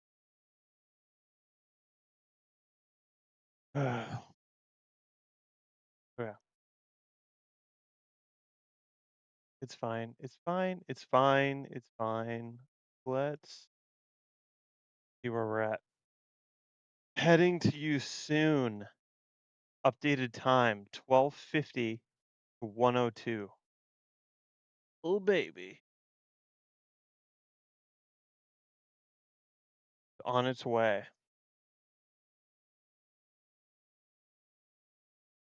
On its way. And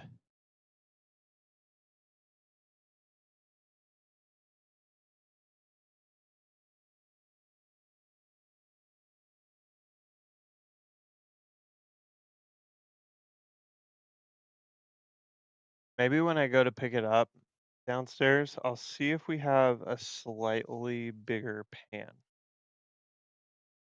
I can't believe when they were making this pan, they didn't think about people using it to put air fryers inside of it. But yeah, okay, good to know. Okay. Let me do quick organization.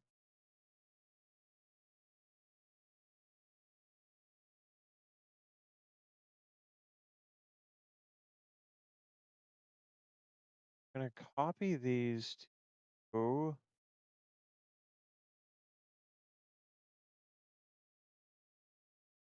garbage pail kit thing, but now it's also turning like a Costco thing.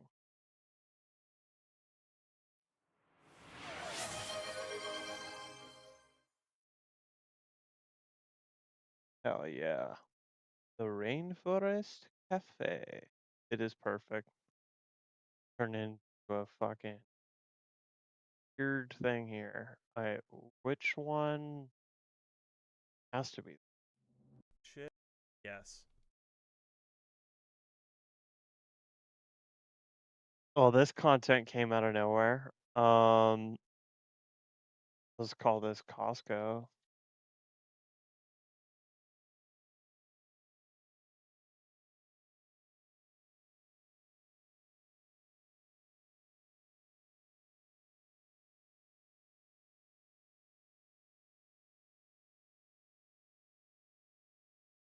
And I have to assume that's kind of working.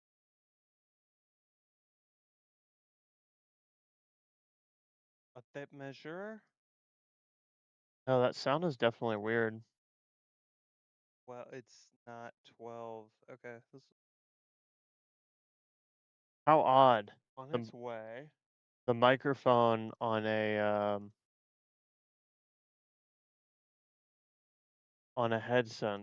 headset isn't nearly as good as this professional mic we have over here. Let me up.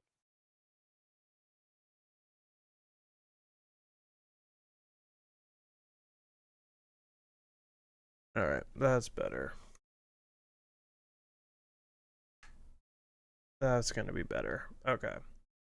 So while we wait, let's look into Garbage Pail Kids.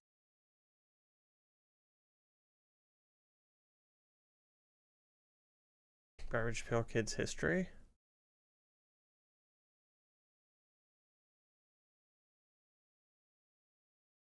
Yeah. The history of Garbage Pail Kids. They're all really short. Okay. Let's go oldest to newest.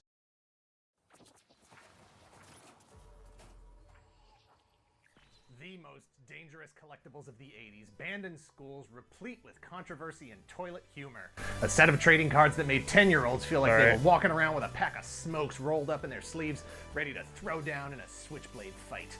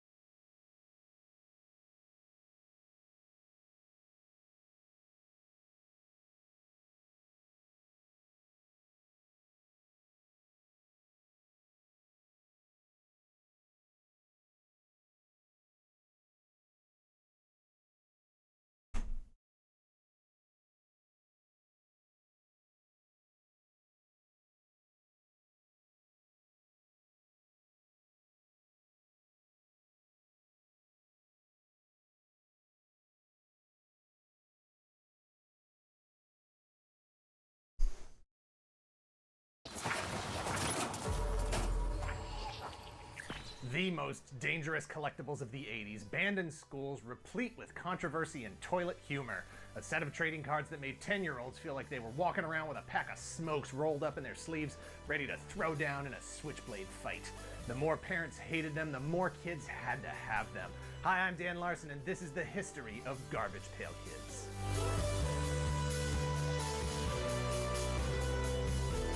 These are my kind of cards. In the 1930s, after supply lines were cut off due to the First World War, the American Leaf Tobacco Company changed its identity and switched to a more reliable and increasingly popular product in chewing gum. The business was reborn as Tops, and in 1947 introduced Bazooka Bubblegum. Wrappers for... Hold on, Tops was originally a cigarette brand? After supply lines were cut off due to the First World War. Kids. Is that what I just heard? That's kind of nuts. In the 1930s, after supply lines were cut off due to the First World War, the American Leaf Tobacco Company changed its identity and switched to a more reliable and increasingly popular product in chewing gum. The business was reborn as Tops, and in 1947 introduced Bazooka Bubblegum. Wrappers for Bazooka Gum featured full-color comic strips, a marketing approach it was known for until just a few years ago in 2011. In the 1950s, Tops packed their gum with trading cards featuring Western stars. Shortly thereafter, Tops started making baseball cards, and that became the primary focus of the business. Along the way, Tops produced non-sport candy and trading card products, including batty book covers, flying things, wanted posters, funny travel posters, garbage candy, Mars Attacks, and wacky packages. They developed a relationship and reputation with a whole slew of underground artists of the 60s and 70s, producing incredible work. All of them using the same visual language, all working with a gross, weird, monster visual vocabulary. They were able to reach the same audience that Mad Magazine was having so much success with. Wacky Packages in particular were a series of cards that parodied consumer products like dish soap or cereal or batteries or even Tops' own Bazooka Gum. They were first introduced in 1967, returned in 1973 through 1976, then again in 1985. Meanwhile, in 1983, Coleco introduced the world to a line of dolls called Cabbage Patch Kids, and I don't think I'm overstating this, people liked them. In a single year, Cabbage Patch Kids dolls, clothing, and various other licensed consumer products sold nearly $2 billion.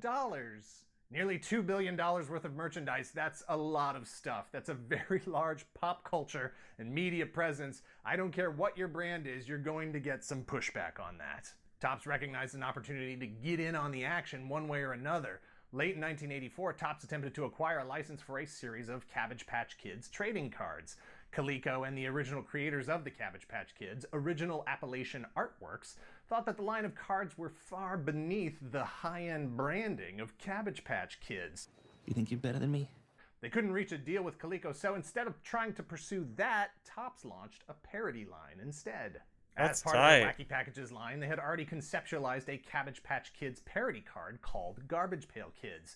Len Brown, creative director at Tops, Stan Hart, new product development supervisor, and art director Art Spiegelman, who at the time was also working on his Pulitzer Prize-winning graphic novel Mouse, had a meeting. Creative consultant Mark Newgarden had done the rough concept for the Cabbage Patch Kid parody card for Wacky Packages that was ultimately illustrated by John Pound.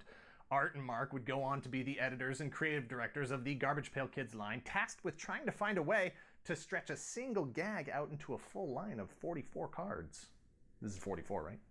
Several artists were considered, but John Pound's proposals had the look, the feel, the sense of tone that fit the best. And they gave him just 2 months to produce original paintings for the first 44 cards that would be featured in the series. 44 5x7 full-color paintings in 60 days. If my math is correct, that's 11 paintings a day for 4 days, and then a substantial rest. They doubled the amount of character names, 2 per card, giving the series an A and a B line, meaning that there were twice as many cards to collect. A total of 88 cards in Series 1, which at the time they assumed would be the only series. How long could the gag actually go on? They asked in the comments. The packs of cards were sold for 25 cents each, which got you 5 cards and a stick of gum. Series 1 was a huge hit and I don't think I'm overstating this, people liked them. Convenience stores, gas stations, candy shops, packs sold out as soon as they could stock them. As fast as they could stock them.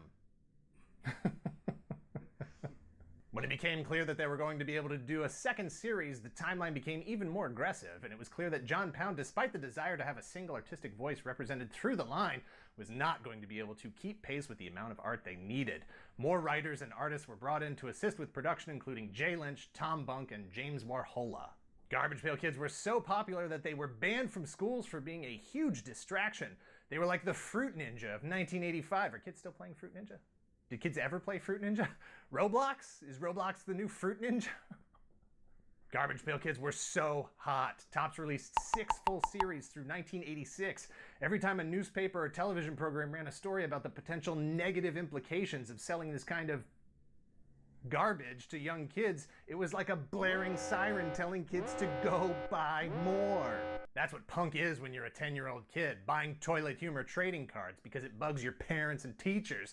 Down with authority, death to the establishment. That's pretty Hey, sick. Who took my gum?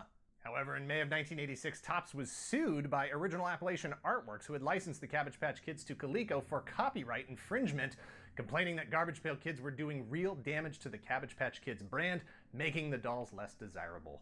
The court ordered Topps to immediately stop production until a judgment was rendered. Topps argued Garbage Pail Kids were fair game since it was considered parody. The judge disagreed, saying that there was a fine line between parody and piracy, and that difference here was that the cards themselves were a money-making venture based on the value of another intellectual property. There was no inherent value in Garbage Pail Kids without the actual value that already existed in Cabbage Patch Kids. Pay up and shut down. Instead, Topps agreed to alter the appearance of the doll characters featured in Garbage Pail Kids to make them aesthetically distinct from Cabbage Patch Kids. They would implement obvious, real design differences and change the logo so that any remnants of inspiration from Cabbage Patch Kids could not be carried forward. Fewer fingers, the dolls had to be rendered as being a harder material, not the soft fabric of Cabbage Patch Kids. The eyes changed, the hair changed, the basic shapes of the head and limbs changed. 1987 was supposed to be the year that it all paid off for Topps and the Garbage Pail Kids. A live-action movie was released to actual movie theaters, some of them on August 21st, 1987. It's the kind of thing that you have to see to really appreciate, but I cannot recommend it to anyone. It was a critical and commercial flop. It cost $1 million to produce and barely made over $1.5 million in its entire run. The movie was released on DVD in 2005, but seriously, don't. Just put your money and the time you might spend watching it directly into an actual garbage pail. To coincide with the movie release, an animated series had been developed that was going to air for the 1987-1988 season. 13 episodes were produced, with the more extreme themes of the trading cards significantly toned down. But TV affiliates balked as parents groups and religious organizations lobbied hard against the brand. Even though the show was completed, it never aired, like a cosmic stick of irony applied directly to the eyeball of the team at Topps and the makers of the 13 episodes. CBS instead ran episodes of Muppet Babies. That said, all 13 episodes were released on DVD in 2006, or you can probably check it out here on YouTube. By 1988, sales had begun to dwindle away. No fad that burns hot that fast lasts very long. In December of 1988, the line was canceled. Series 16 was in production but would not see release for 15 years because in 2003, Garbage Pail Kids returned, and the all-new series made up largely of artwork that would have been featured in the 80s but was never released. Series 2 was all new art and marked the first time that Garbage Pail Kids would be released without gum. 5 more series would be released through 2007. They would take a short break for 2008 and 2009, but as of 2010, Garbage Pail Kids have had annual releases in one form or another, theme sets, online exclusive pieces, and a multitude of other merchandise. What began as a hybrid product, a spin-off of their own brand and a parody of another, would go on to be one of the longest-running, most successful pop culture properties ever created by Topps. While they can never be fully divorced from their inspiration, they have become their own entity with a future that no longer depends on parody of the line of dolls, but parody of everything. Pretty sick. I had no idea. eBay have partnered for an exclusive trading I had no idea it had anything to do with Cabbage Patch Kids. cards focused special And edition we might not need to magazine. watch this. Our cover story features the often grotesque but always eye-catching children of Garbage Pail Kids. These iconic cards have fostered an interest in painting, illustration, and design for generations of kids since Topps first introduced them back in 1985. Plus, their pun-heavy names also were a gateway for subversive humor. After 35 years, Garbage Pail Kids have become a cultural institution. Let's dive into the history of Garbage Pail Kids with our first ever video cover story. The History of Garbage Pail Kids, Yeah. presented by eBay. Although Alright, we've seen it. We know. Now,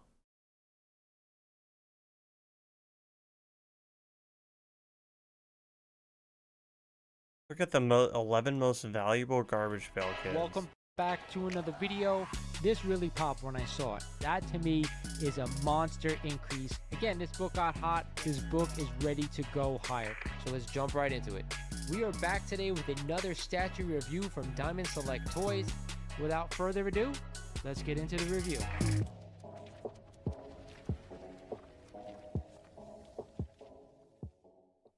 What is going on YouTube? This is Lawrence over at Mighty Comics and Collectibles, and thank you for joining me for another video here on the channel. Today, of course, we're going to be talking about the Garbage Pail Kids. Now, back when I was an 80s kid growing up, writing gossip on the bathroom stalls at school was considered a standard of the teen experience, and the famous trading card company Topps released the now infamous Garbage Pail Kids. 80s kids like myself couldn't get enough of these sticker cards, which were notorious for their edgy, insulting, and downright rotten nature. The cards just go to show you that kids have always been interested in things that will upset their parents. But what 80s kids will be surprised to hear is that people actually collect them today and are willing to pay a nice chunk of change for them. Topps introduced the first Garbage Pail Kids trading card series in 1985. Created as a hilariously inverted take on the popular Cabbage Patch Kids, these punny, sometimes mean cards with illustrations that would be right. But what people come back to all these years later are the cards that started it all. From characters like Nasty Nick to Corroded Carl, check your childhood books and binders for any of these vintage Garbage Pail Kids cards. If you think your morning breath is noxious, take a whiff of Bad Breath Seth's. A baby in a cute green coveralls and a clothespin on his nose spouts black smoke from the charred hole that is his mouth. Even the precious daisy underneath him wasn't spared from his death breath. Funny in a less insulting way than many of the GPK cards, and ironically less valuable because of it. He'll still bring in a few Ben Franklins. In best condition, Bad Breath Seth cards range from $100 to $300, like this Gem Mint 10 that sold on eBay for $339. Bad Breath Seth stinking up the place since 1985. An early second series card from 1985, Matt Rat depicts a boy rat hybrid stuck in a mousetrap. If you learned anything about the GPK cards, then you know this is PBS programming compared to the Adult Swim cartoons they put on most of their other cards. Typically, Matt Rat isn't all that popular unless it's a Gem Mint 10. These Gem Mint 10s will usually sell for around $500 each, like this one that sold for exactly $500 in 2021. Matt Rat is utterly disturbing. A later 80s Garbage Pail Kid, Semi Collins' Two-Face-esque visage will make you want to give yourself an extra scrub in the shower. But it's not his grotesque artwork that makes him special, it's his printing error. Any collector knows that a printing error can mean striking gold, and on Semi Collins' card, Topps accidentally left off the card number. Copies of this card sell for significantly less than some, but still far more than its face value.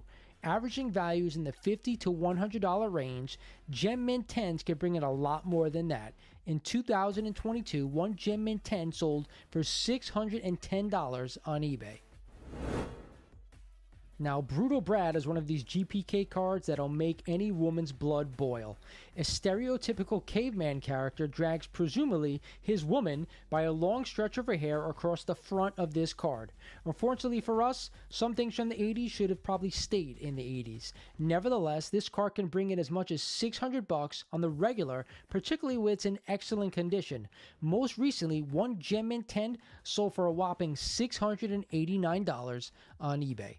Don't let Brutal Brad near your wife.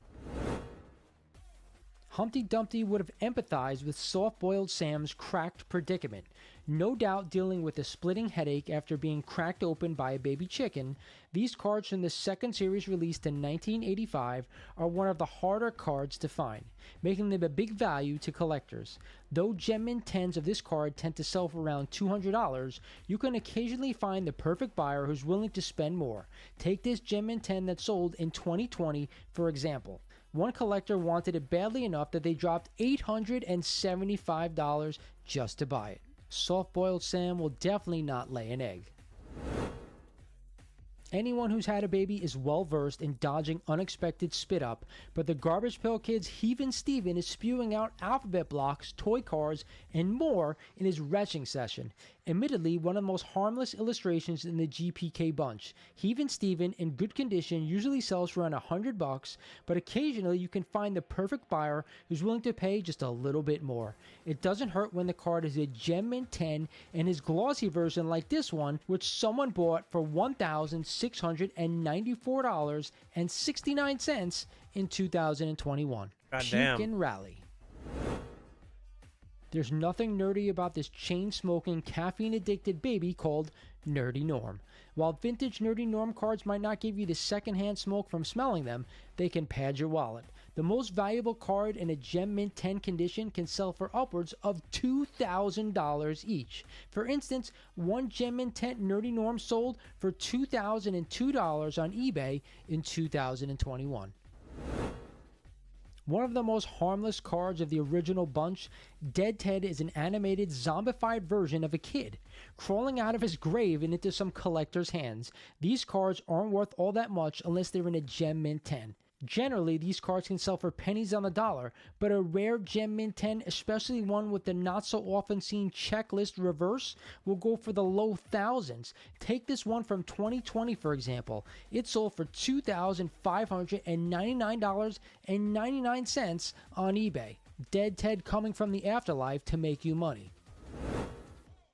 Although I loathe to add this pretty offensive card to the list, its sales make an undeniably high-ranking GPK card in terms of value.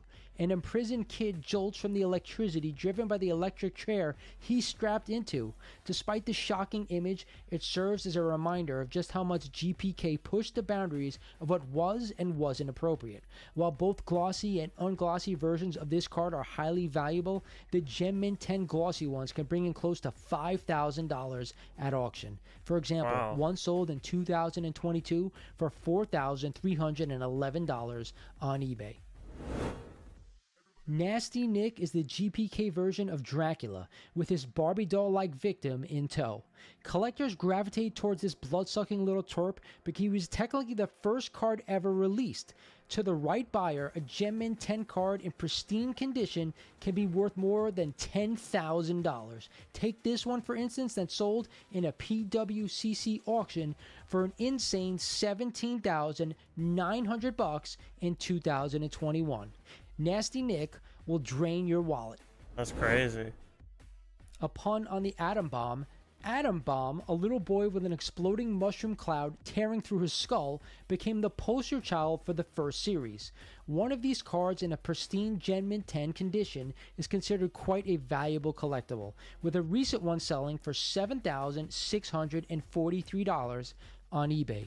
Even more shockingly, one glossy version with the rare checklist on the back sold for $25,100. However, atom bomb cards in an average condition aren't usually worth more than about $150. This card has just gone nuclear.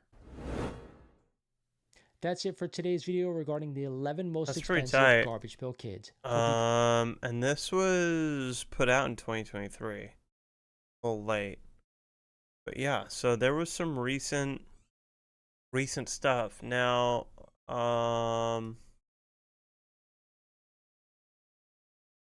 card. Start with card prices. And I guess maybe price charting is the best way to go.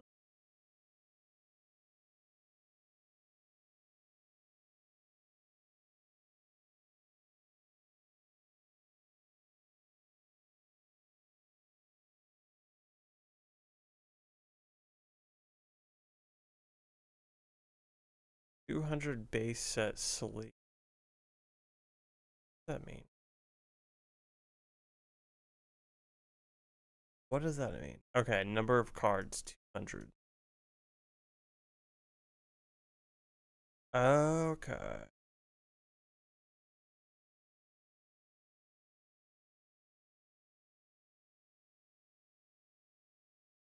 Oh, okay, so it's all these cards here.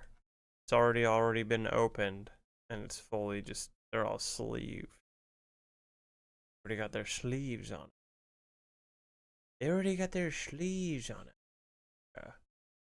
So, okay, we're on eBay, so let's do garbage pail.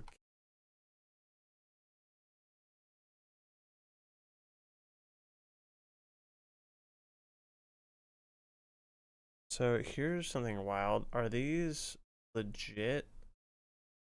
$80 for 7 sealed wax packs and 3 booster packs. So $8 a pack, but these are actually from the 80s.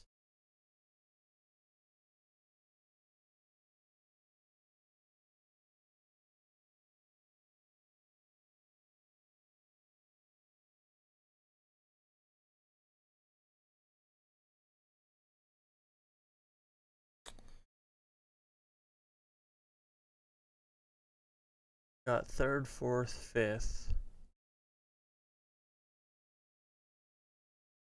6th, 7th, 8th, 9th, 13th, 14th series.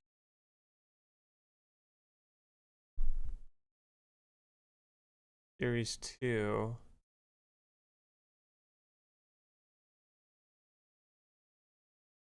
I'm kind of confused. Like, they just seem really cheap.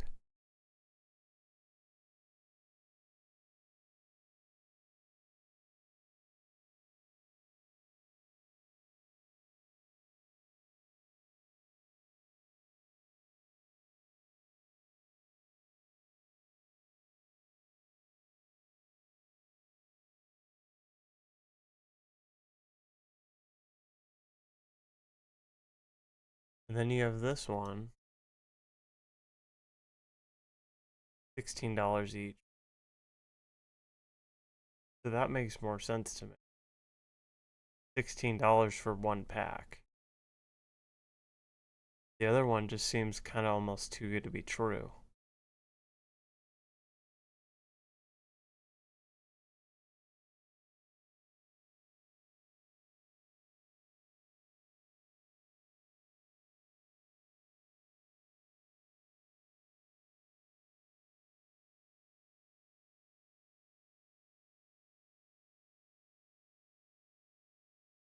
$280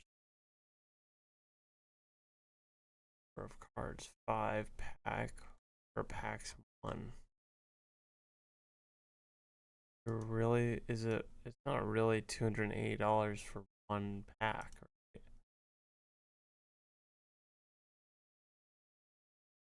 Unless I guess this is the original one.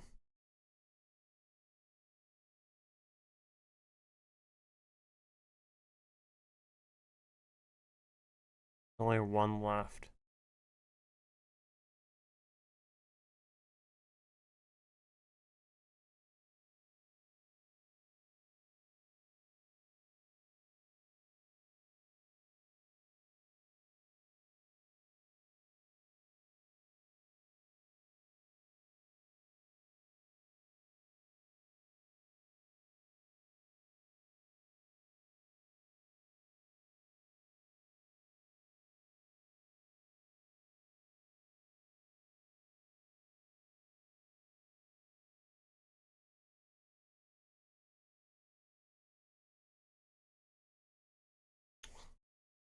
$180 for 1 1985 Series 1 unopened wax pack. And you have like a 10% chance-ish of getting something really good.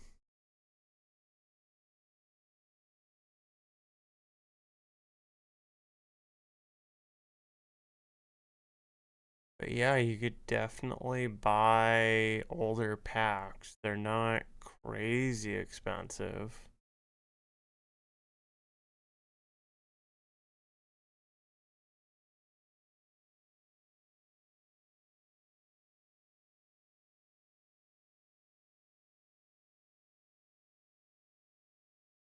I'd love to buy this one. That would be fun.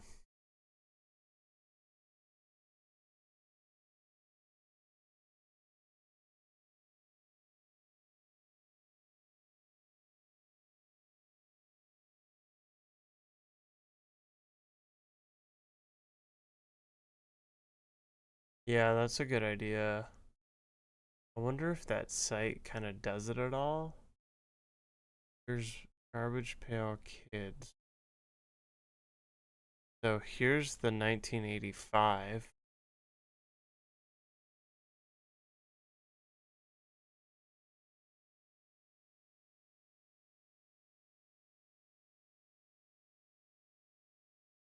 So, okay, the whole box.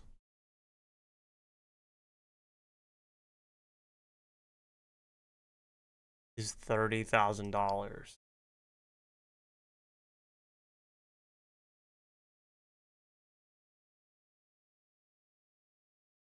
In a pack. See, that's where it's a little odd. I guess if it's ungraded, it's saying the price. Oh wait, that's the box. Here's the pack. Ungraded $317, $318.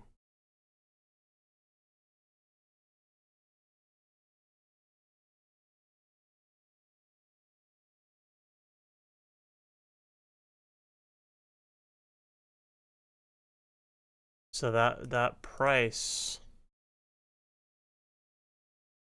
of $280 makes sense a little bit.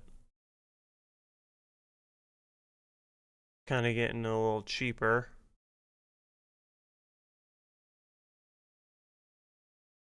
And then what do the cards inside look like? I mean, here's what's confusing. Okay. So ungraded. Are these all the cards? I guess there's 44, but then you have all these different grades. And you have a lot of them. Can I sort by this? Okay, here we go.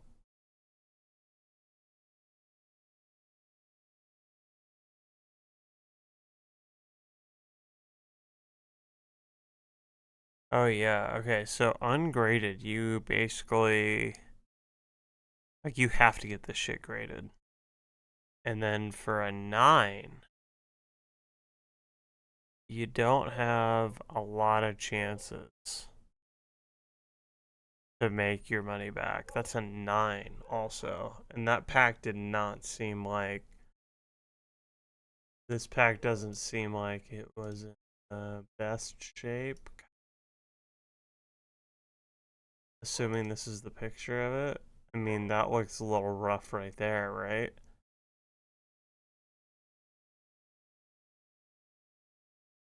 The dog's kind of going crazy.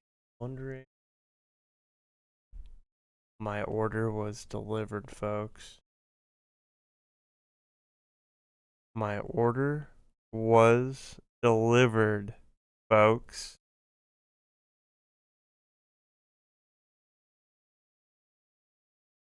My order was delivered. So I need to go.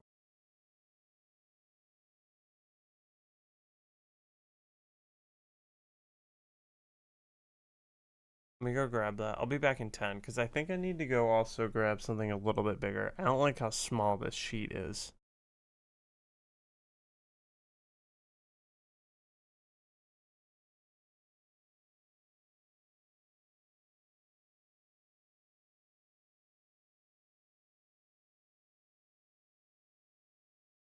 I'll be back in 10. Rathers. Alright, would you rather have free food for life or never pay taxes again? Option A, free food for life. All food you consume is completely free forever. This includes groceries, restaurant meals, takeout, delivery, coffee shops, any form of food or drink meant for personal consumption. There are no limits to quantity or quality. You may eat whatever and wherever you like without paying a cent. Personal consumption. Option B, no taxes ever again. You are permanently exempt from all forms of taxation, including income tax, sales tax, property tax, capital gains, estate inheritance, business self-employment. So, I mean, option B. Yeah, definitely no taxes ever. No taxes ever. Because if you make, I mean, that gets into, someone probably did the math here, right? And it depends on the state you live in. and the country, I guess. But I think, yeah, and that's a good point. This person points out age. Under 40, no taxes, easy call. Over 55, free food, easy call. In between, hard to say. I would still go with no taxes. I think I would go with no, I mean, that's a good point. If you're retired and you have your money in like kind of a tax-free-ish account or really low, the free food does make sense. Yeah, but I think the obvious choice is no taxes ever, assuming you want to make money. Because I mean, even you can go ham on food like every meal, but at a certain point it might get kind of old. I don't know.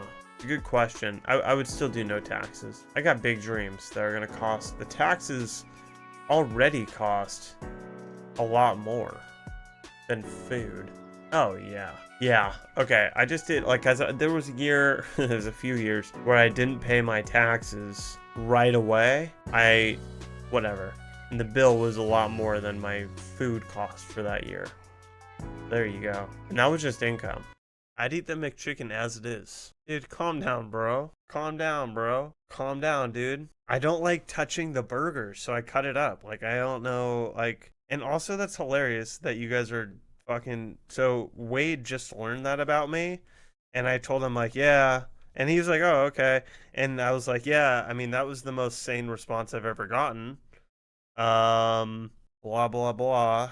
And he goes, really? People care? I'm like, oh yeah, people really care about me cutting up burgers. They get wildly upset for some reason.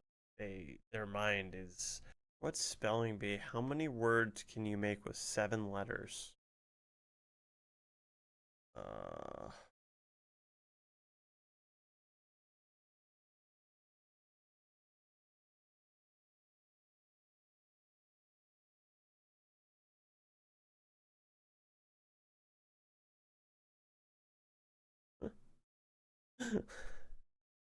Zero?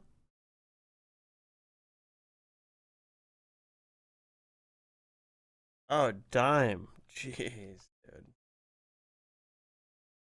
1. I got dime down, dude.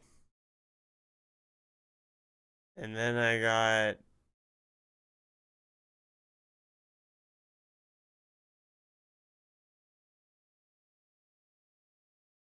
Mick. Bruh.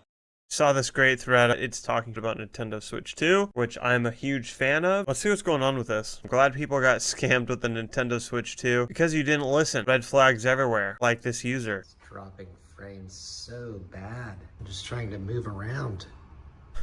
Doesn't look good. That doesn't look good at all. Marvel vs. Capcom. Oh, that looks fun.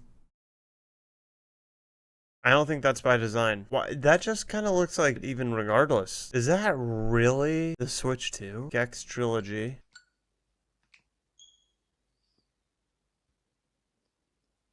Oh, sick. Okay. More cyber. Oh, okay, so I thought the first one might have been Cyberpunk. Wasn't sure, but it definitely was. Okay, here's more Cyberpunk. Which, this is so funny because this is like when I put out my first hate video or 2. Can't believe I've done 2. Every game that people pointed to is like top tier. This is a real great rival to PlayStation and Xbox was Cyberpunk, and I'm like, I doubt it, dude. I doubt it. I doubt it.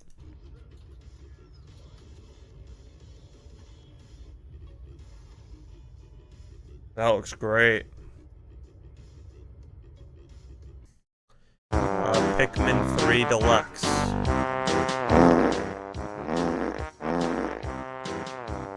Hold on. Yeah. What was I missing there? On Nintendo Switch 2, you can play Nintendo Switch 2 games, as well as compatible Nintendo Switch games. I was just getting ready for another scene. I had this thing idling here, and the audio stopped. So this is the only time that I've actually like almost caught something on footage. It doesn't show that it's able to connect. We press the power button. It doesn't work. Oh, sick. can't even shut it off. The boots have... Oh, God. Oh, this, dude. Okay. I quit. Let's call out all the red flags. First, each of the shoe has a name. That's pretty scary. 2, there's a age where the shoe is clearly not 67 years old or 12 years old or whatever. That's kind of red flag number 2. And I think red flag number 3 is probably all of the blood on all of the shoes. And maybe there's a 4th red flag that you're on the dark web shoe shopping. Pretty scary. Pretty weird. Pretty not good. Here's how I pick a video game to play. It's a 3-step, well, it's a 2-step process, and then there's a 3rd step. Yeah. First, I check reviews. As long as it's positive, that's a good sign. 2, I check release date. This isn't as important because I do love playing newer games as well. But older games are great because there's typically less bugs. And as Chad has pointed out, there's also a great deal of more information and content if you get stuck. The next thing I always check is the achievements. What I'm looking for first and foremost is that there are achievements, and I don't really look at the top. I look at the bottom. And really just what I want to see is that this number here on the lowest achievement is higher than 0.1%. If no one has gotten an achievement and a game has been out for a while, there's a huge chance I will not play it. So that's game analysis. That's what I do when I'm going to buy a game. So now that the game is purchased and I'm pretty close to wanting to play it, that is when some research gets involved. And that research is super light. Graveyard Keeper, time to beat. So 73 hours. And then the most important really, and I already searched it, missable achievements. So at this point, I just go on a Google spree, probably clicking almost all of these until I get a really good answer. What is missable? What do I have to do? And if it's really complicated, I'll leave this open during the whole time I play, and I'll sometimes even take notes. Once all that analysis is done, we just make sure that we have a lot of caffeine. Having a lot of caffeine for video games is very important. It keeps the mind engaged and the heart racing, and that's what we need. So we're switching up a few things. I am not going to be 100% completing games on stream anymore if it's a pain in the ass and if it's boring. Played Graveyard Keeper and it's awesome and a lot of fun, but it's not fun for a viewer. It's boring. Yeah, we got it.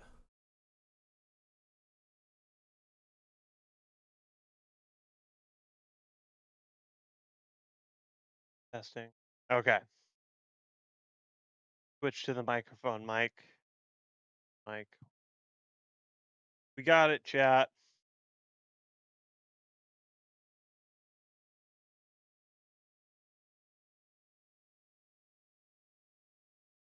Got the goods, folks. We got our bratwurst. Our buns, mustard. Out of room.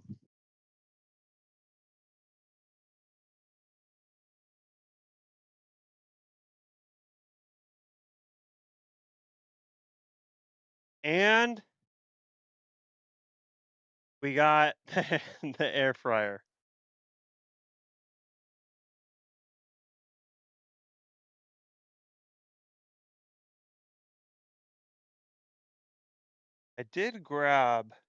I grabbed a backup thing. That's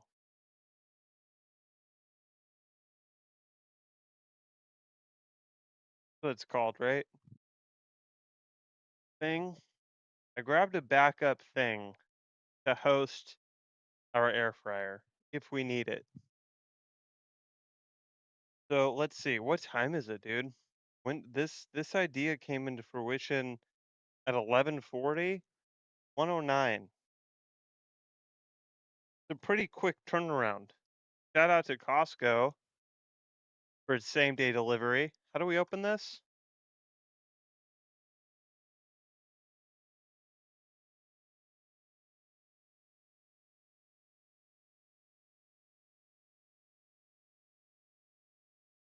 With pen.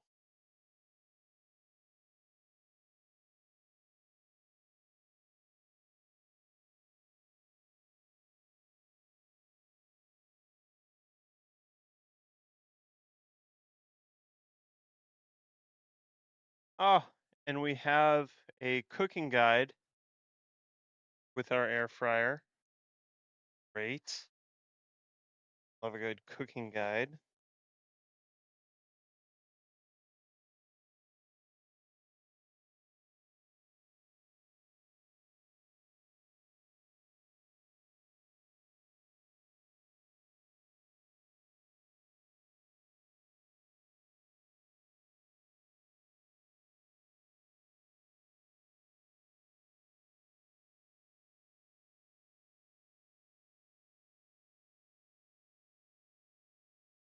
Oh,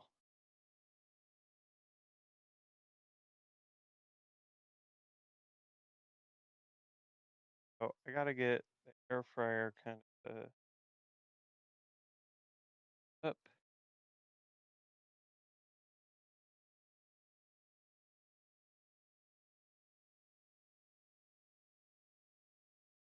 Okay, let's think about.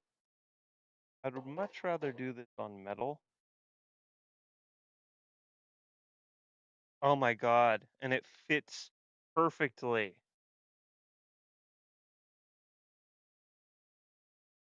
It literally fits perfectly. Holy shit. That's perfect. Oh my. That's great. Folks, we need instructions.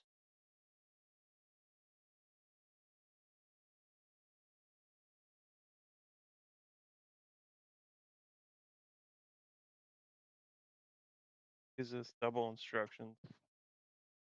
Double instruction. Look at this. We also have a grill. Perfect.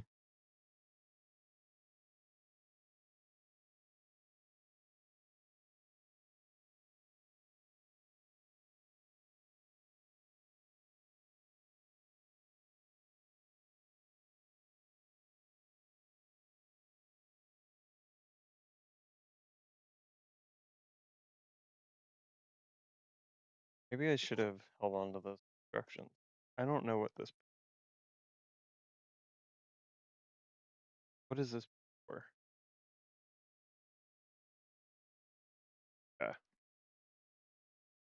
Those instructions?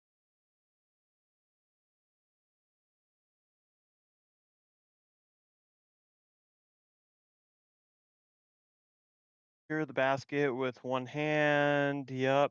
Pull the thing down. Yep. Attach the cord storage to the back of there. Oh, cord storage. Okay, that's what that is. Okay, so we're good on that.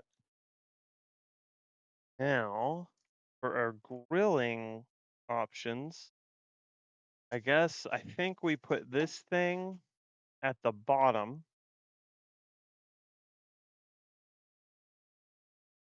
Right? That's how air fryers work.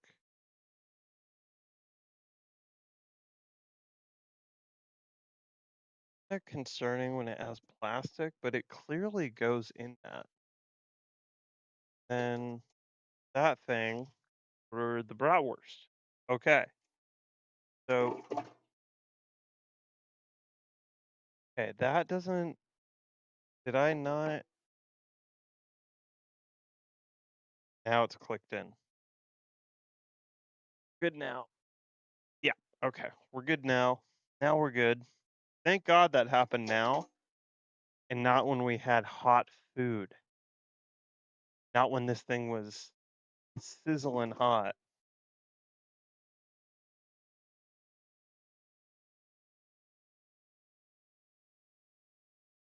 What am I doing wrong? Did I not put it up? Oh, I didn't put it high enough. Okay. This is so unstable though.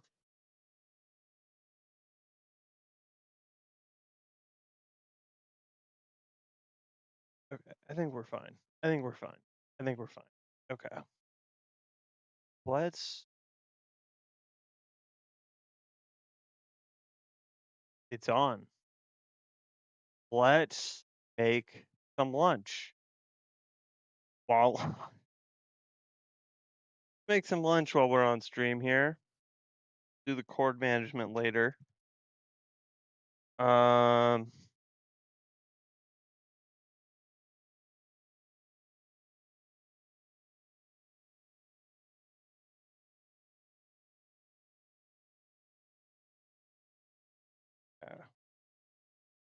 Probably didn't. While okay, I was gonna say while it cooks, I'll go throw this extra thing of bratwurst downstairs, but probably not the best idea to leave the air fryer just cooking and like fully trust that it's not gonna catch the room on fire first time around.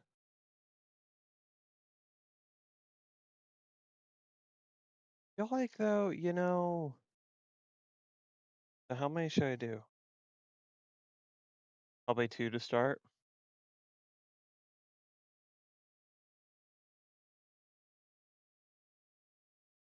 Oh, I hope that doesn't.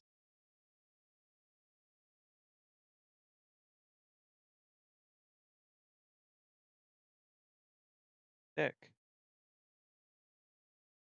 Oh, they do have a broil option. Okay, what were the instructions on these for broiling?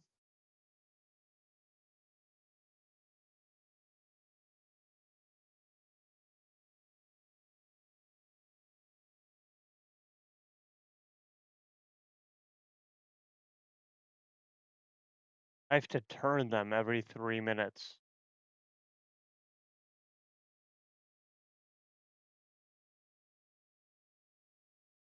Okay. I have to turn them every 3 minutes, I guess. Fuck. I could also bring those downstairs. Okay, here's what we'll do. Let me throw one more on there. I'm probably gonna want 3. Toss that in there. Let me go. Let me get organized. We have a lot of shit. Like, didn't want to. Not coming up great on the stream. I didn't really want to buy 2 things of mustard, but, when you shop at Costco, your dollar goes a little further when you buy in bulk. So let me just pull one of these out. 8. Let me whip out 3 buns. And then I need to go grab tongs.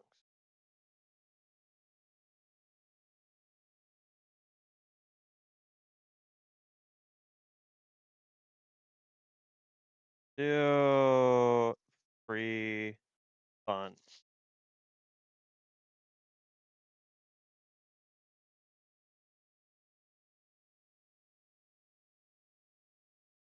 What did I break? What did I break? I don't think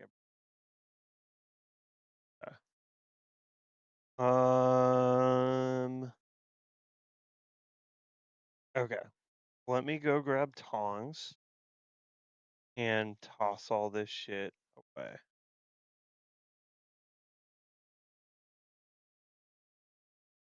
Oh yeah.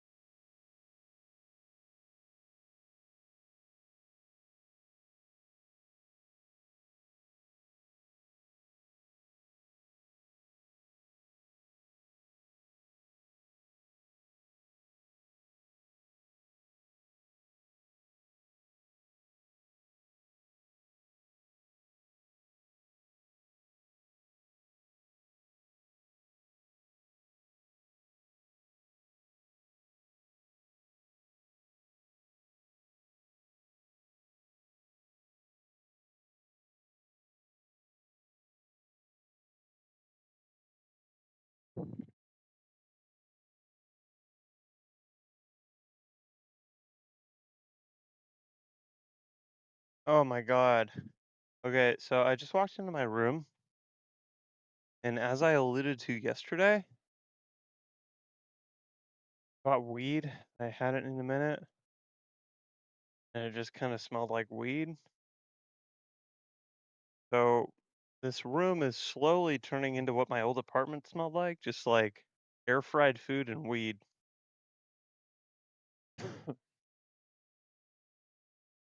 Also,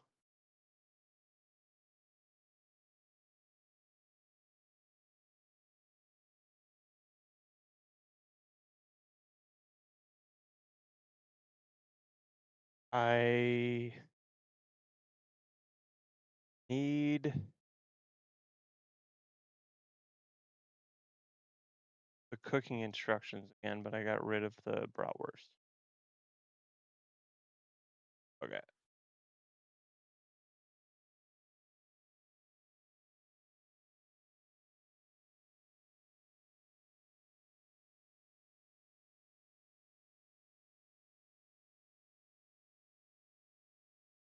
The back of the package.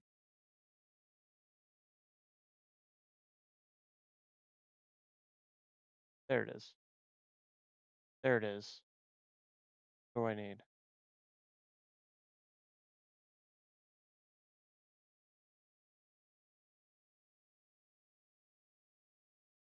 Okay. So does broil just doesn't have a temperature? Broil 450 10 to 12 minutes.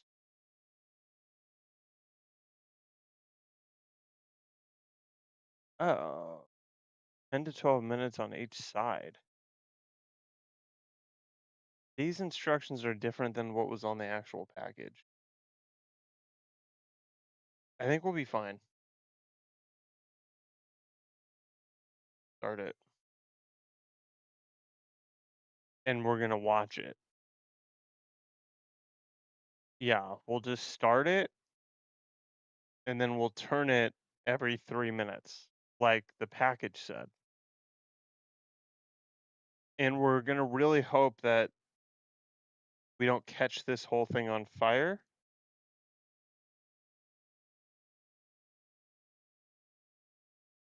And maybe I should grab water. Let me grab water, just in case. That seems like a good idea.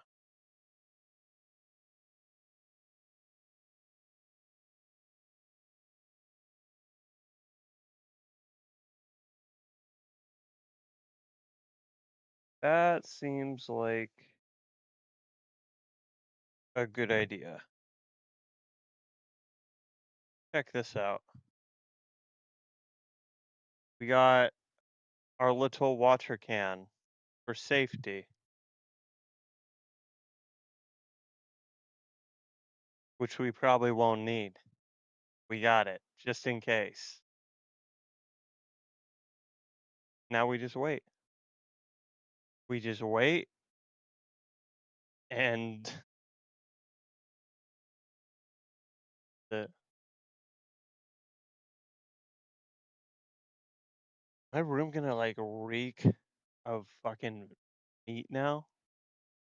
Probably is. It also might get really hot in here, which kind of blows.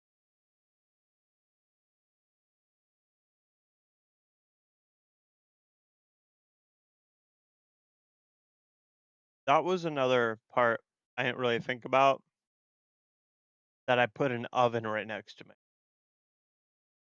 That may have been a bad idea.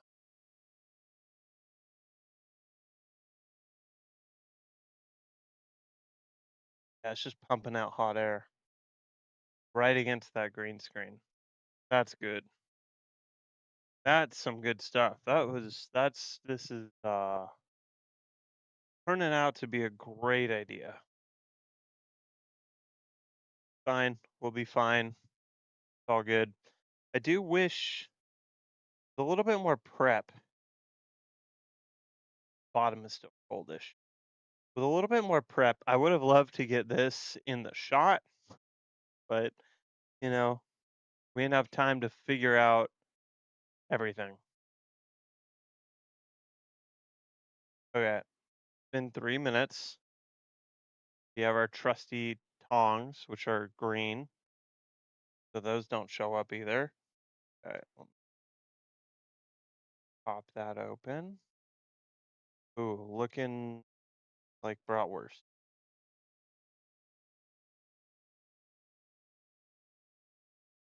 Okay. Now we wait. What a great stream. This is great so far. Now I never have to get off stream. Let me switch my mic back over.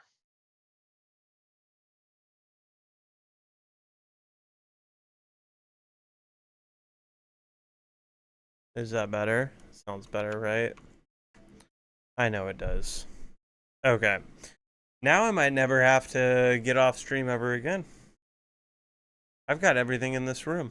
I could set this room up to just be the Palace of Foods shit. What? Just a whatever. I'll do everything on stream.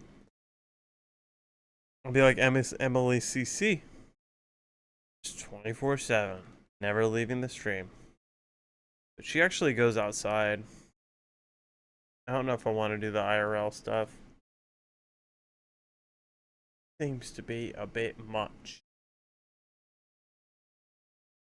Close down everything.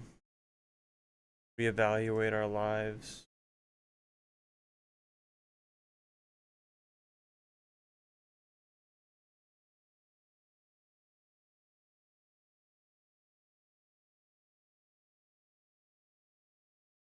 Waiting on the food.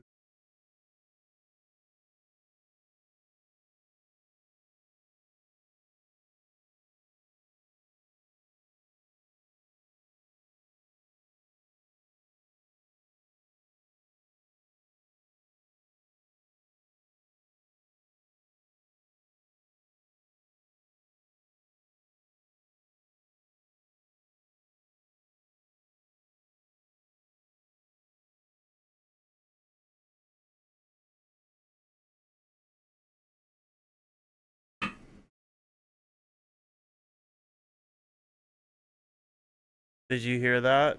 It popped.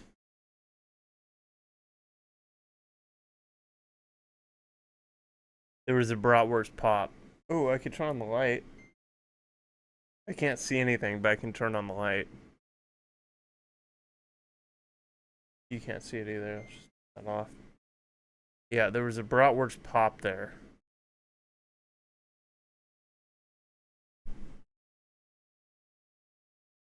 And now it's time to popping. It's popping. I don't want, like, I feel like that's two that popped. I would love for the third to pop before I open this. Okay. We're gonna just open it. I'll leave it for just a second. Oh, these are looking real good, dude. Oh, yeah.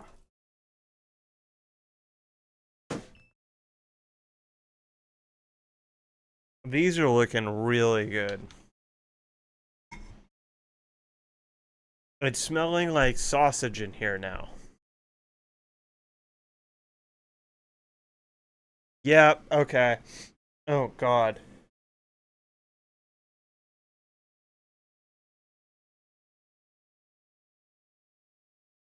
Nothing is feeling too hot.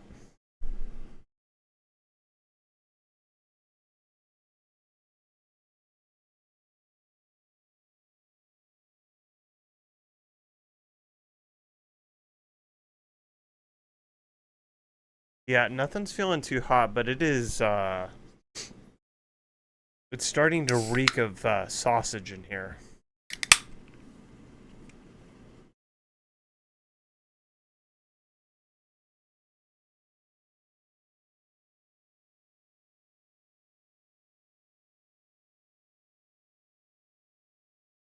Just chilling. Just hanging out on stream, making sausages.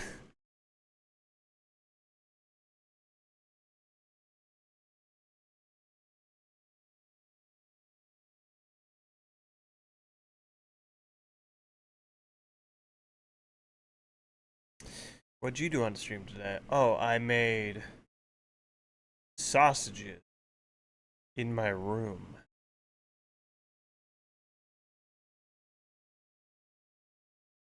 Everything's still feeling pretty cool. So we may have found a perfect setup here.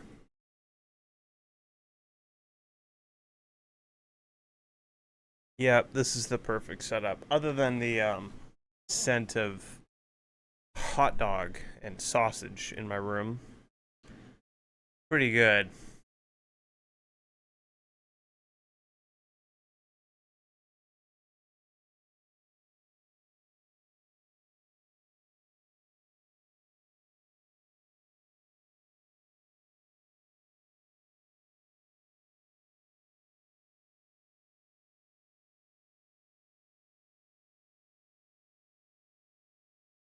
Do an Instagram story.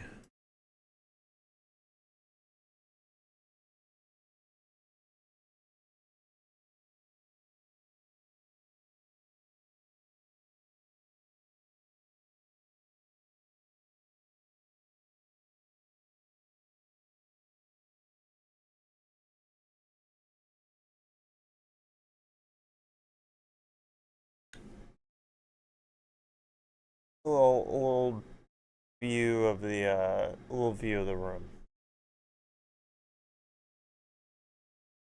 Oh, it's cutting out the whatever. It's cutting out the green screen on the stream, but that's fine. We gotta move. We gotta fucking turn these sausages right now, dog. I gotta turn these sausages right now, dog. Can't be fucking around with Instagram.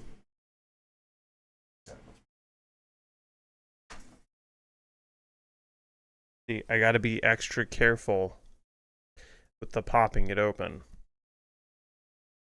Can't have any of these buggers popping on me. Oh yeah, these are looking great, dude.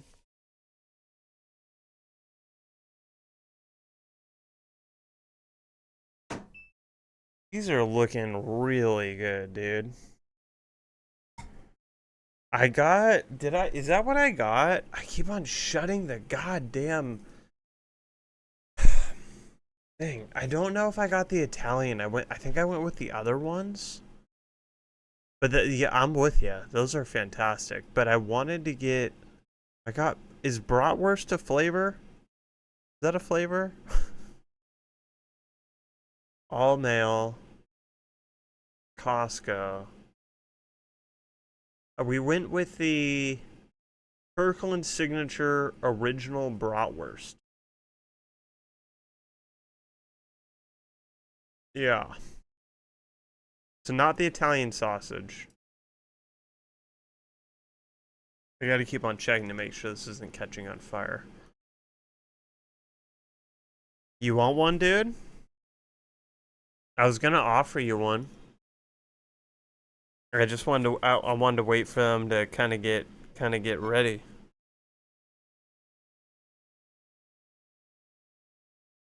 Yeah, dude. This is. I have one for you, buddy. Now I will give you a warning. The only thing we have here is apparently invisible mustard. I haven't had one yet. I'm still waiting. We have one more minute, and then. I'm cooking 3 right now. 2 for me, and I did think 1 for you, bud. I wanted to get you in here, get you a little glizzy. You can enjoy your life. But one thing I ask, when you come in the room, can you give me an honest opinion? Like, how much does it smell like bratwurst? Probably pretty bad if you can smell it from your room. God damn it. He is not that close, folks. There's a bathroom between us. Son of a bitch. This room is gonna reek. This room is gonna reek of fucking hot dogs.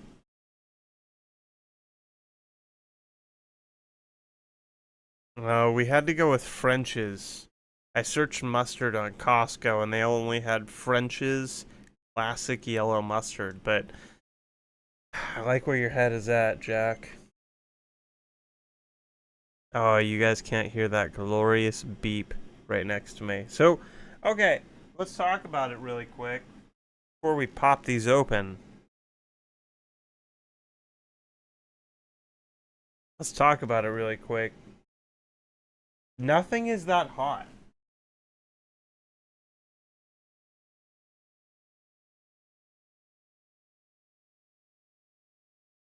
Yeah, the metal pan on the bottom still cold. The wicker basket cold. The wall behind is a little warm just from the heating, but this is very safe. This is very, very safe. This is incredibly safe. Okay. Let's popping open the bun. Pop open the bun here. Let's see. I don't think there's really any way to do this well on the camera without moving shit all around. So oh, okay. But there is one thing. As I'm trying to open the air fryer, the metal pan on the bottom is moving with it, so that's a little scary.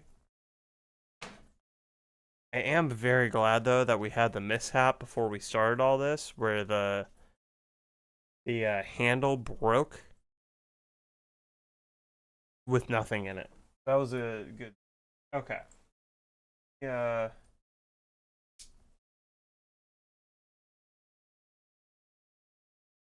What am I doing? Hold on.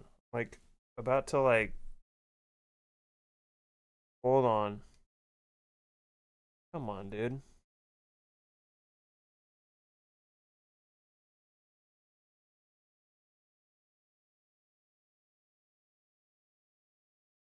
Check this out, chat. Should have grabbed 2 plates. Blake, you want to grab yourself a plate if you need one or something, but check that out, chat. Ooh. That's perfect. That is perfect.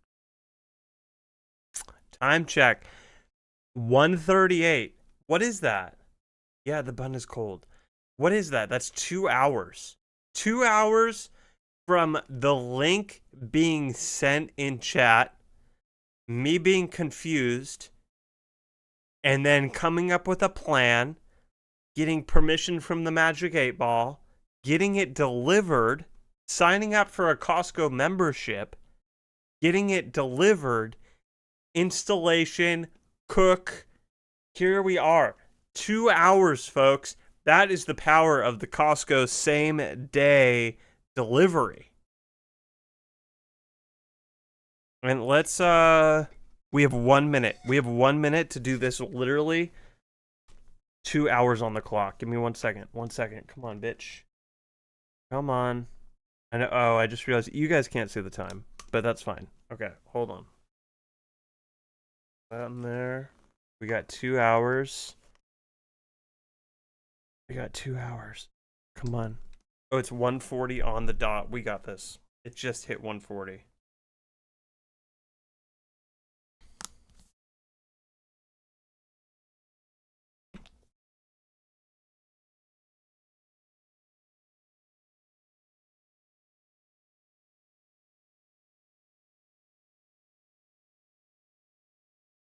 $140, baby.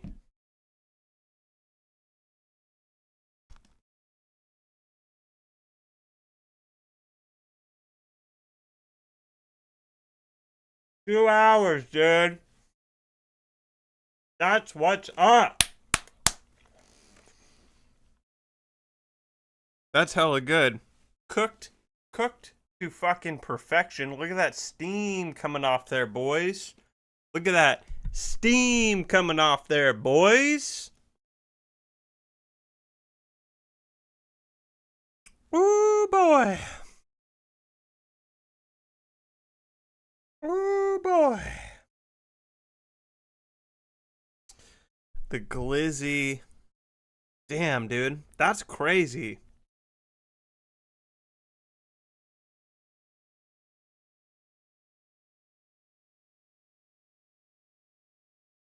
Mm.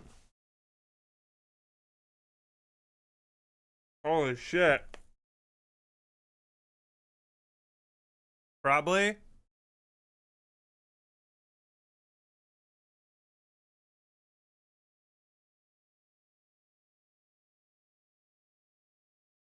I think he does deserve the super yachts, man. He revolutionized the shipping game, made everyone turn up the heat, which pushed Costco in 2025 to use Instacart to do same day delivery. What a fucking world we're in. Blake, get your ass in here, dude. Get ready to be on camera, homie. Come get one of these glizzies, dog. Hop in. Hop in, buddy. Oh, I can move. Oh, let me switch my mic. Let me go mobile with this. Let me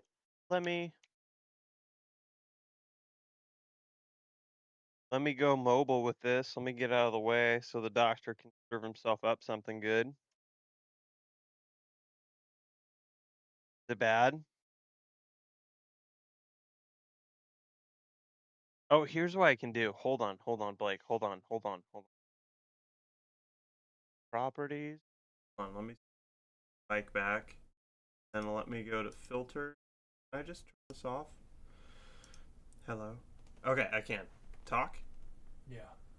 Can you hear me? Yeah. Just do it a tiny bit louder when you're not next to the mic. But Okay. So what were you saying? It smells. It reeks of glizzy? Yeah, it's really potent. Here, let's just skip seats. Here, you get in there. Be careful. We have a open and live thing in there. Okay.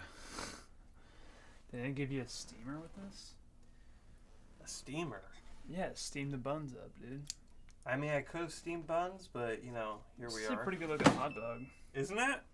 Yeah, I mean, is it? This isn't a hot dog. What is No, this? it's a bratwurst here.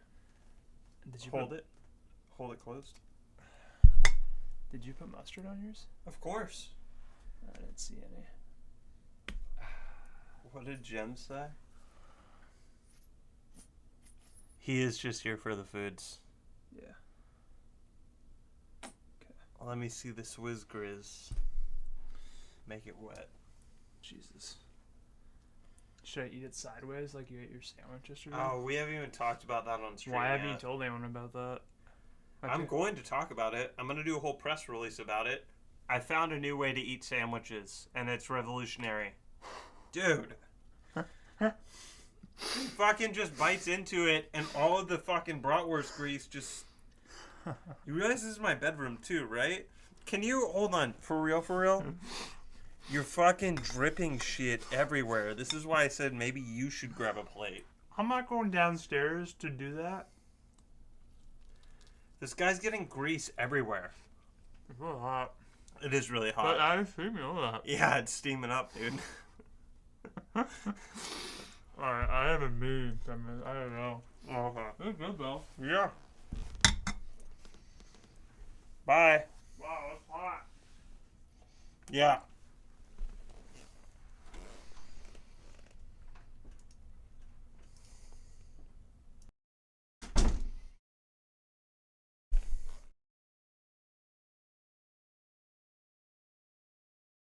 That guy has no fucking chill when it comes to eating sausages in someone's bedroom.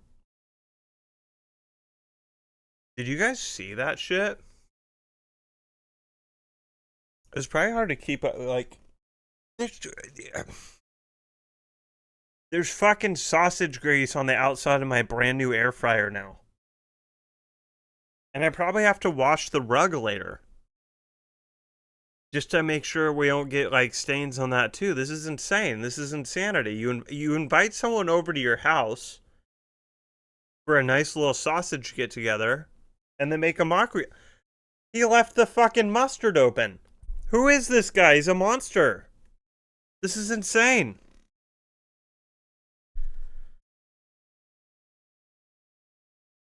I generally like, okay, kind of doing a bit, but kind of not. I mean, how did he make so much mess? He was in here for 30 seconds. What the fuck is happening?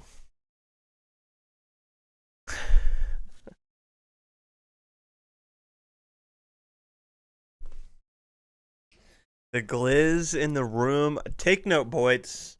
Take note, boys. Let me try that again. Take note, boys. The glizz in the room is the way to go. There's the chat. Should have had it open. But it's fine. So, I mean, I approve of this mode. I think having an air fryer in your bedroom is cool. But now we have the backup from B-Swizz. That's two people. Now, convincing a wife or girlfriend of that might be more of a challenge, but I think you just do this. Get some bratwurst, get some good buns, fry up a couple glizzies in the bedroom to start it off. Throw some mustard on there. I don't think they can argue that it's a bad idea. Especially when you go through all the safety precautions that I went through.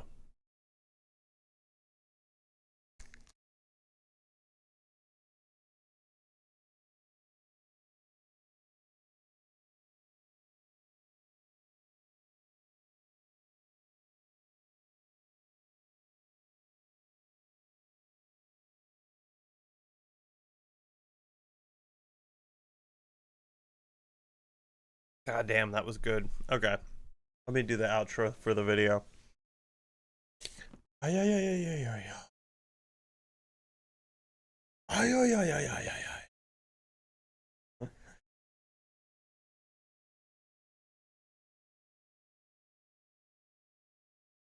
Yeah. If you like this video, please give it a like. Give us a subscribe. We do a lot of fun shit on stream and in videos all the time. The fun doesn't just stop and start here, okay? We do a lot of cool stuff, right? So, subscribe to the channel. Catch us live, preferably on Twitch, but YouTube works too. And have a great day. Make yourself a bedroom hot dog. It is worth it. All right. That truly was worth it. That was really good. Yeah.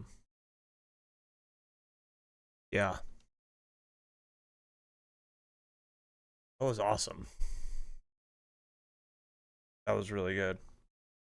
I don't even know what else to say. I'm kind of at a loss for words about how good of an idea that turned out to be. I was not thinking that that was a good idea.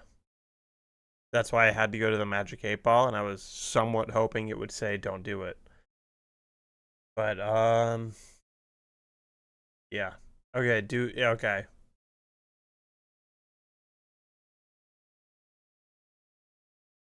Yeah. Okay, I can... I don't know why it's interesting. I think it's weird. It's weird. I get it. It's weird. Okay. I get it. It's weird.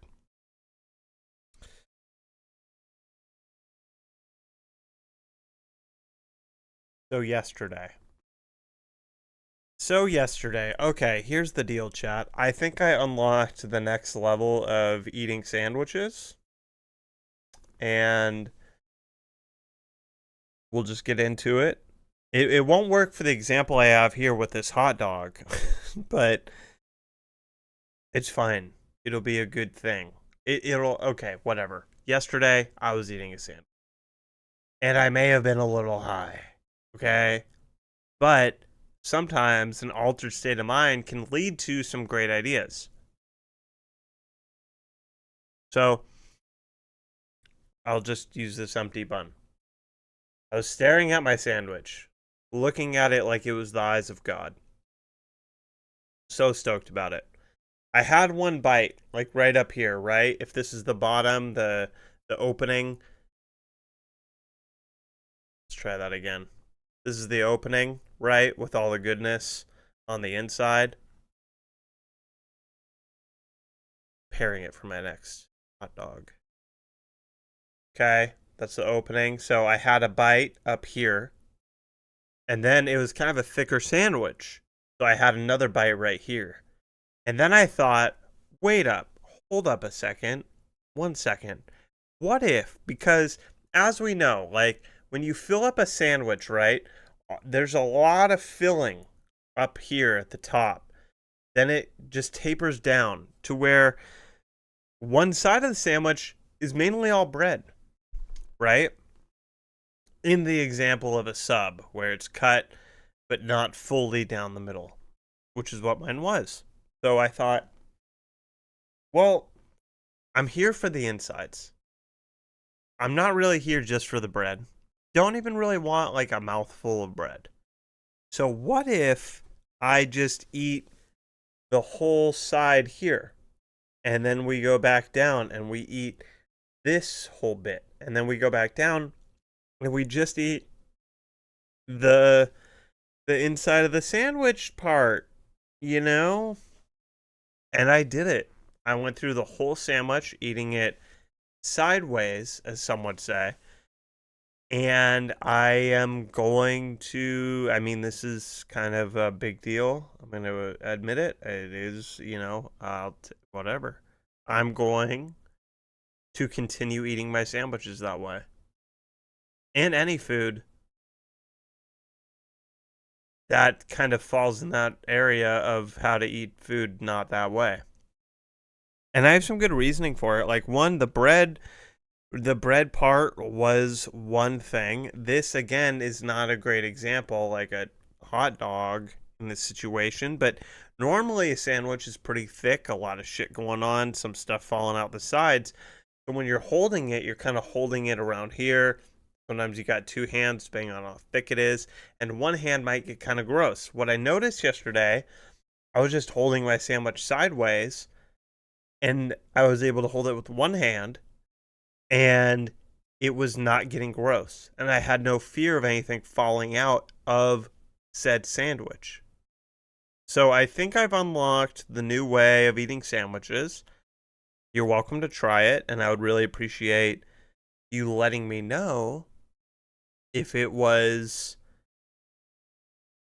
Oh, God damn it, you're right. If it was a good idea or not. Remember when Nelly from The Office ate the taco sideways?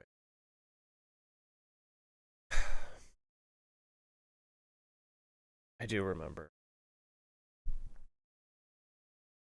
And it might be similar energy, but I would say my argument to it would be that there's not a lot going on the top of the taco, where there was a lot going on the top of my sandwich. Let's see. Nelly, The Office, taco.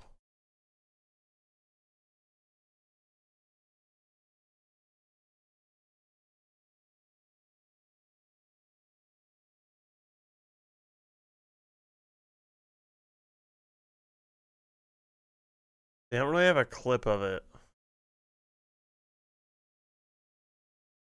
Yeah, they don't have a clip of it. Well, that seems about right.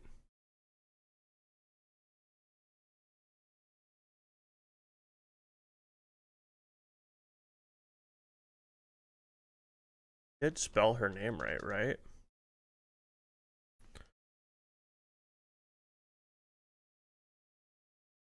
I did spell it right, because I am a true fan that knows how to spell names.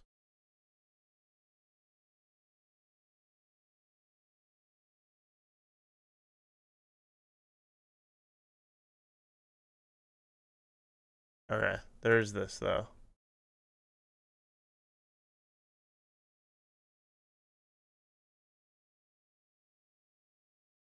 Oh, okay, I think we're probably on the same thing. That's not on. Hey, sound, dude.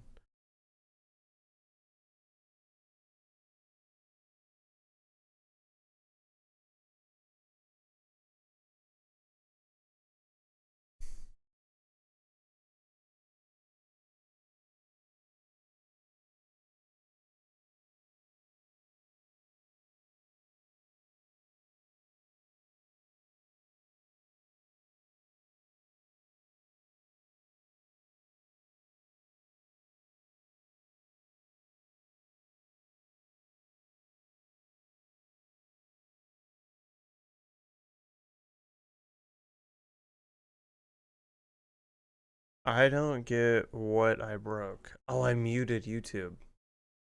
Yeah, that'll do it. I'm sorry, the Scranton who? Scranton Strangler. George Howard Scub, haven't I? I'm not entirely sure what they are. As long as they're not slimy. And please, God, don't let them have eyes. Tacos were on sale. 8 for $3. Oh, great. Okay. Oh. Oh. Oh, these tacos. Mm-hmm. Mmm.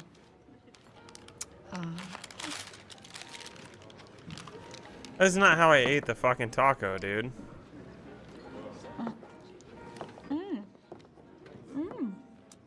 Oh. Huh. That's not how I ate the fucking taco. Well, that hit the spot. Very savory. What do you do with the crispy holder? Oh, here, let's try this again. Here, don't put your finger in. Yeah, just hold it like that. Hold it to the side. Right. Hold it to the side. Like, lean it This to the way? side. Here, look at me like this. She's trying.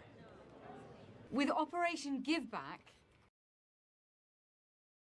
Is not the same energy. Okay. I knew what I was doing and I was prepared for the result that came. And it came. It was a great result. Smart. Genius, some would say. Genius, some would say.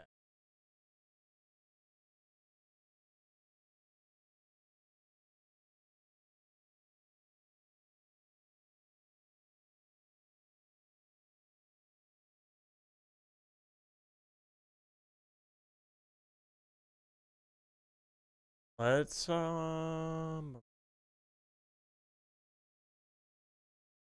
Oh, you know what? I found a sick video yesterday. This guy, he rebuilt he made like a modern N64. It was really cool. Let's just watch one of these. I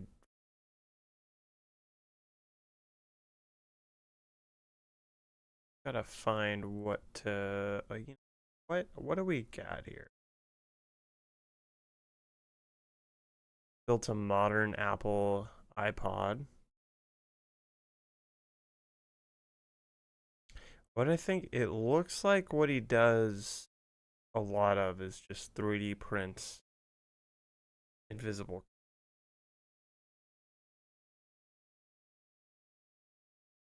But the N64 is pretty tight. So maybe, I mean, maybe.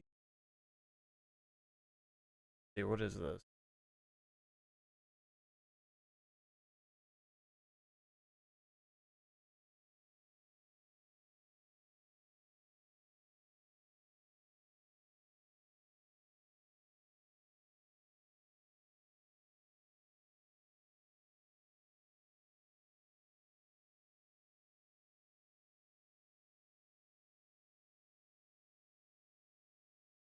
Let's do a modern PlayStation. There we go. Today, we are going to reimagine Legend. We are going to make a modernized version of the PlayStation 1. We're gonna give it a huge graphical upgrade, we're gonna slim it down with a new design, and we're also almost going to start several small fires along the way. Oh, crap. This console right here changed everything, and it was almost called the Nintendo PlayStation. That's because once you peel back all the layers of electronics, you will find that this machine is powered almost entirely by spike.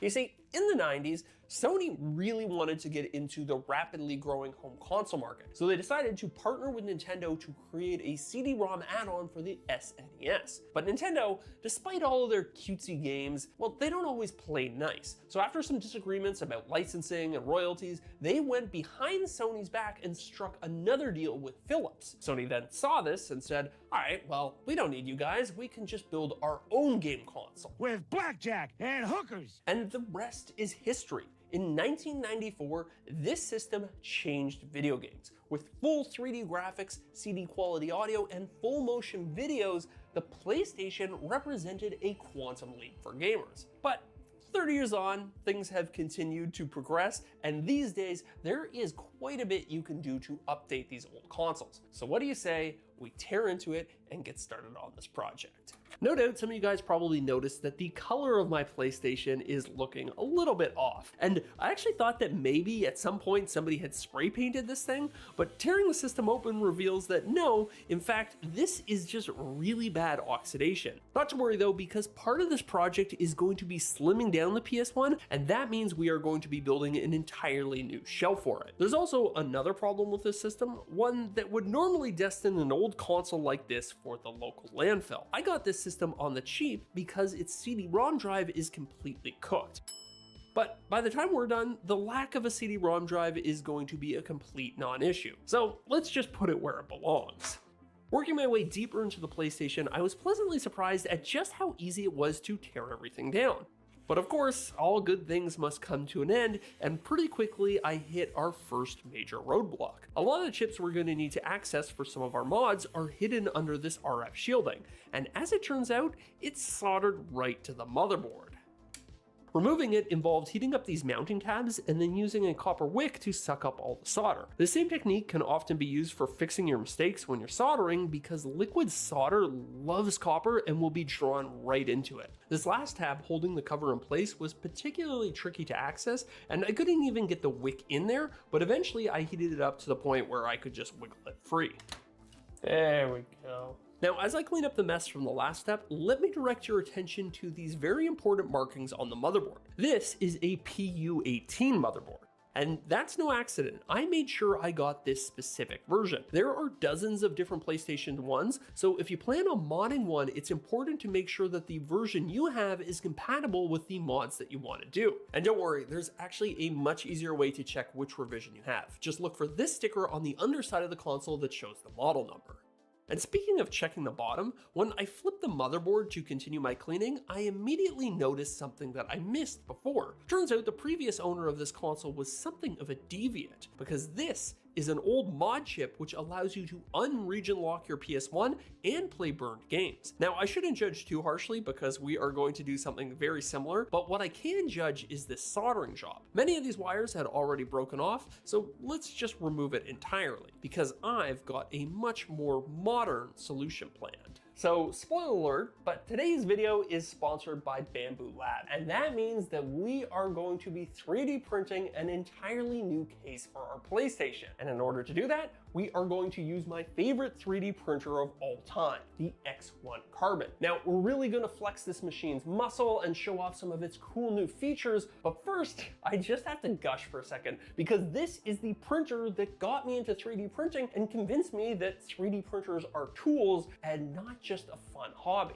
Bambu has created an ecosystem that is so easy to use and intuitive that the printing process kind of just becomes an afterthought. That means that I'm free to worry about design and engineering instead of bed leveling and volumetric flow rates. I just click print and I know it's going to come out great. Now, I've also got a bunch of their fun new filaments that we're also going to play with, but I'm getting ahead of myself because we still have to do all of the design work. So the first thing I'm going to do is create a detailed model of the motherboard, which is going to pay huge dividends later in the project. I started by busting out my trusty digital calipers and measuring not just the PCB, but also all of the components that are mounted to it. By creating a digital reference like this, I can really speed up the design process. Not only will I know where all the ports and mounting points are for a new case, but once we install some of our other mods, then we'll be able to orient those in a digital space and create the tightest possible package. Because I think with this first mod, we should be able to slim down the PlayStation quite a bit. Oh man, so this is very exciting.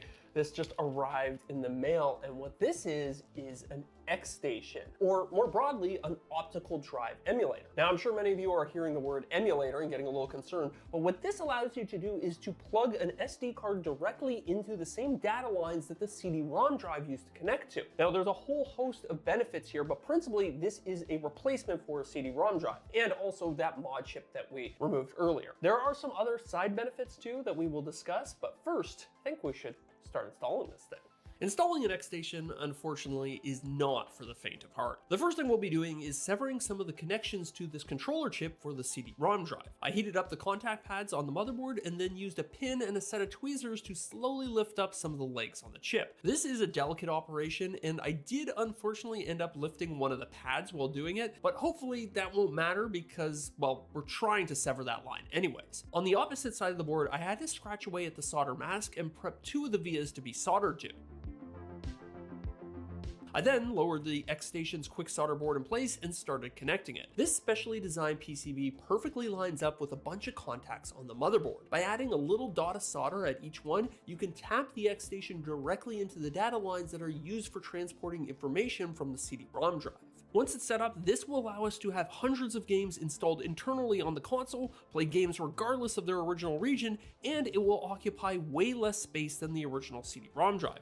After removing this resistor and connecting one last single wire, we should be good to go and ready to use our X-Station. Oh man, so that was definitely not the easiest soldering I've ever done. Also probably not the hardest, but while I still have all of this soldering stuff out, I actually want to install 2 more mods on the PlayStation. This next one is a reset mod. And the reset mod works hand in hand with the X-Station. You see, these old consoles came out long before anybody had a concept of a home screen, but as you'll see later, with an X-Station, you do kind of get one. Unfortunately though, there's a problem. There's no way to access that screen once the system is already running. So if you want to switch games mid-session, you have to stand up, walk over to your PlayStation, and then reset it, which is kind of annoying. So this mod fixes that. It simply taps into the controller inputs, and when you press the right combination of buttons, it'll send a signal to reset the system and take you back to your new home screen. So with that done, the next thing I want to do is give this system a complete graphical overhaul. This is the RetroGem. And the big headline feature of it is that it adds an HDMI port to your PlayStation. But it also does a heck of a lot more than that. At this point, all of the TVs in my house don't have RCA or S-Video inputs anymore. So if I want to connect the PlayStation, I have to use one of these analog to digital converters. And the results are subpar to say the least. The picture looks awful, and talk about a mess of wires. So by installing the RetroGem, we can use a single, simple HDMI cable. And yeah, I know, I'm sure somebody's gonna say, but Zach, there are cheap aftermarket HDMI cables that you can get for your PS1. And well, you're right, the RetroGem is a vastly superior product, and I'll tell you why as we install it, and we'll also talk about some of the other cool bonus features too. If you thought the first few mods we installed looked a bit tricky, well, buckle up, because the RetroGem is no walk in the park, but it is gonna be worth it. First, we'll start with the easy stuff, like removing the serial output port. You could do this with hot air, but honestly, I found it pretty easy to do with a solder wick. Then you'll need to tinker with the power delivery system of the PlayStation. We'll replace these old capacitors with more modern, wild how much he needs to know to do all this. This teeny tiny guy down here. Then the real fun begins, and we can start installing the flex cables. In order for the RetroGem to be able to respond to controller inputs, much like the reset mod, we'll attach this flex to the connector where the controller ports plug in. Now we will tinker with these data lines even more later, but for now, let's stick with the RetroGem. Sound is a big part of your gaming experience, so next we'll need to capture the audio signal from the audio processor. This flex grabs it before it gets converted to analog, and that's kind of the beauty of the RetroGem. It captures both the audio and video signals while they're still digital, ensuring a perfect lossless conversion. And speaking of video, that's the next step. This last flex cable captures the raw video output, and with it, the RetroGem can perform all sorts of visual enhancements at an extremely high level. We're talking upscaling, HDR effects, smoothing, and so much more. And that is what sets this system apart from a simple HDMI converter cable. It handles everything at a digital level. Those cheap cables only have access to the analog signal that used to go out. I think he's purely going off the video views, building up that YouTube. So you're essentially going from digital to analog and then back to digital, which introduces a ton of artifacts, noise, and unwanted processing. So as you'll see later when we do some testing, the RetroGem provides a huge visual upgrade. But first, there's no way this how is I said worth we'd be tinkering even more with the controller data lines? Well, let's talk about that. The next thing I want to do outside is of being a modernize the hobbyist inputs of our PlayStation. and just wanting to goof around with controllers electronics. completely for granted, and I don't think that I could go back to being tethered in place by a wire. Now, in past projects, I've shown you how you can use these wireless adapters to use newer style controllers with older retro game consoles, but then you have these big ugly dongles sticking out of the front of your system. So I did a bit of research, and I think I've actually found a much better option. This is an ESP32. Did we just you get a can kind of spoiler? think of it like a very simple open source computer with Bluetooth. With the right software, this board allows dozens of different retro game consoles to interface directly with new modern wireless controllers. So the first thing I had to do was connect it to my computer and download that software, which is called Blue Retro. Getting it set up was not the most user-friendly experience, but there are several guides available online. It took me a couple of tries, but I did eventually get it working. Then I had to find a way to connect it to my controller ports, and this was a little bit complicated. I started by peeling back this protective shielding and exposing the PCB that handles inputs and outputs. What we need to do is tap into these traces right here in the center. And here's the neat thing about these ESP32 boards. They have a bunch of conveniently placed data input terminals. So all I had to do was follow this diagram and connect the wires from the PCB to specific pins on the ESP. And essentially what this does is translate all of the PlayStation's inputs and outputs to Bluetooth. And that in turn means that theoretically, any Bluetooth controller should now work with my PS1. And likewise, I should be able to add a similar setup to just about any retro game console. So if this works, it's going to open up a whole lot of possibilities. But I'm getting ahead of myself because we still haven't even tested it yet. In fact, we haven't tested any of this stuff. So I set up over on my desk to do just that. And it's probably worth noting that this is not the way to do things. A proper procedure would be to install one mod at a time and test each one individually. That way you can avoid any confounding variables. But I should probably go buy a lottery ticket because watch this. Okay, here we go. I'm so nervous. Okay, HDMI 3 popped up. Oh man, come on, come on. Oh, it worked on the first try. Yes. Oh, gotta check the controller still. Let's see. Okay, controller. This is pulsing, which means it's in pairing mode. I got a rumble in the controller. Oh, look, how this controller works. Ladies and gentlemen, we are in business. Oh man, I am so first try for that type of shit. So crazy. That isn't it for the mods that I want to do, but it is most of the hard stuff out of the way. And at this point, we are almost ready to start prototyping our new case. But there's two things that I want to do first. I have to update our 3D model to include all these new mods, because not only are they going to affect the final shape of our PlayStation, but we're probably also going to need to design some mounting brackets and stuff like that. And then second, well, I actually want to do one more mod that's going to have a huge impact on our final design. A big part of this project is that I want to slim down the PlayStation as much as I possibly can. And if you're damn, looking look for at some the really quick. Look at those speakers. Those look fucking awesome.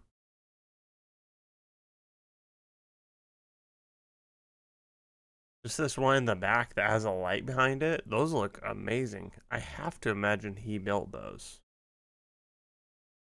Those look really cool.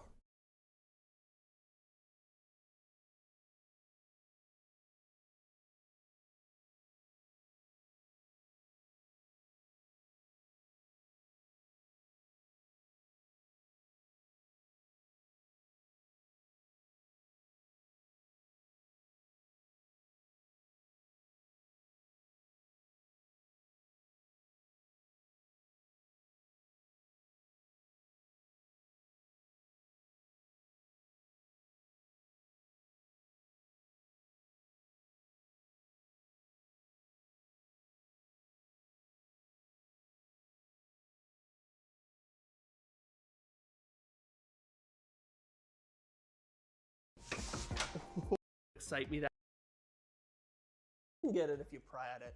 Nice, that is really good. The part is these drivers aren't even fully broken in yet.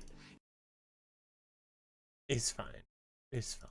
trim, a good place to Looks start awesome. is the PSU. This thing uses some old antiquated technology and is much bigger than it needs to be today. So I went online and I found this, an REPSX. And a big part of the way this thing slims itself down is by outsourcing the conversion of AC to DC power to an external adapter. You plug a 12-volt power supply into this plug right here, and then that subdivides into the various voltages that the PlayStation needs. But the thing is, I don't have a lot of 12-volt adapters kicking around the house. So I think to make this thing even more convenient to use, I'd actually like to convert it to be USB-C. And doing that is actually a lot easier than you might think. It all starts with one of these USB power delivery trigger boards. By setting these dip switches, we can configure it to request 12 volts of power from any standard power delivery adapter. I'll link the one that I use down in the video description, along with all the tools and materials that I've used throughout this project as well. As far as the REPSX is concerned, this is identical to plugging in its standard barrel jack, but now I'm free to use the adapters that I already have, and I could even power this system off a battery bank if I wanted to. A quick test with the multimeter confirmed that everything was configured correctly, and now we can get back to designing that new case.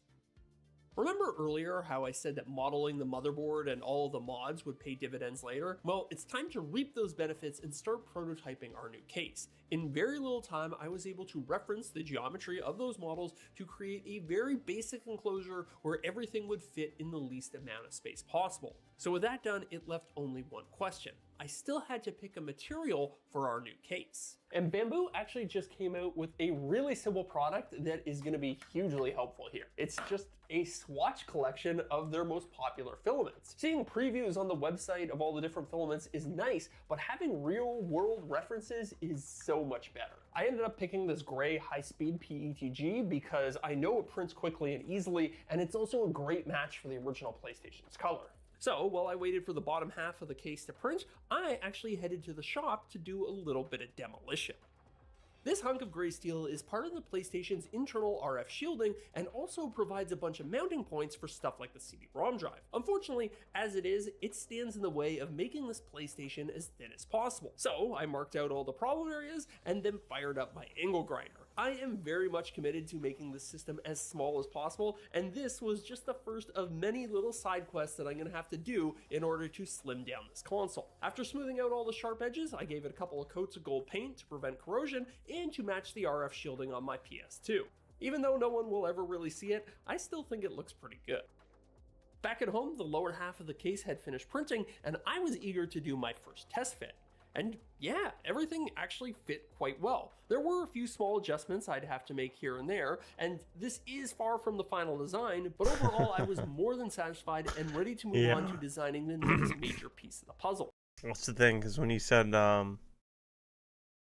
wild amount of stuff, whatever, yeah, I'd be interested in total cost. I like immediately my kind of not pessimistic brain, but you know that like, well, technically doesn't cost him anything because he just happens to have thousands of dollars of filament, a really nice 3D printer thing, all these, like he already has it all, so no cost, basically free. In order to organize the inside, but he did say he has all the parts here.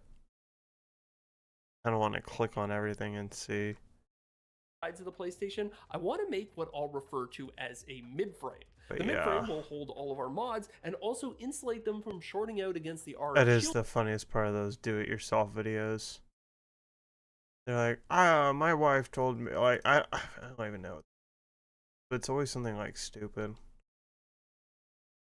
I was bored and I was just looking at this wall and thought, hey, maybe we can make this into a small closet library. So I got to working, and then boom, shoots to their converted garage into, like what you said, like $100,000 fucking workshop with all the special tools you would need. 22. Is that the same thing? Okay. 32. 38. Say 100.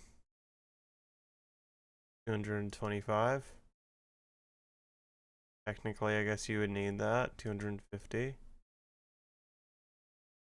260.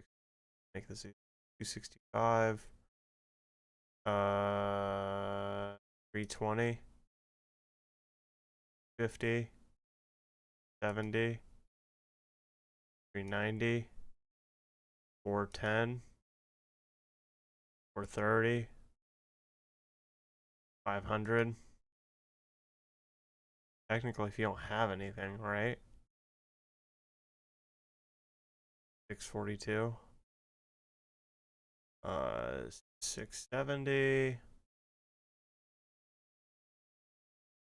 720.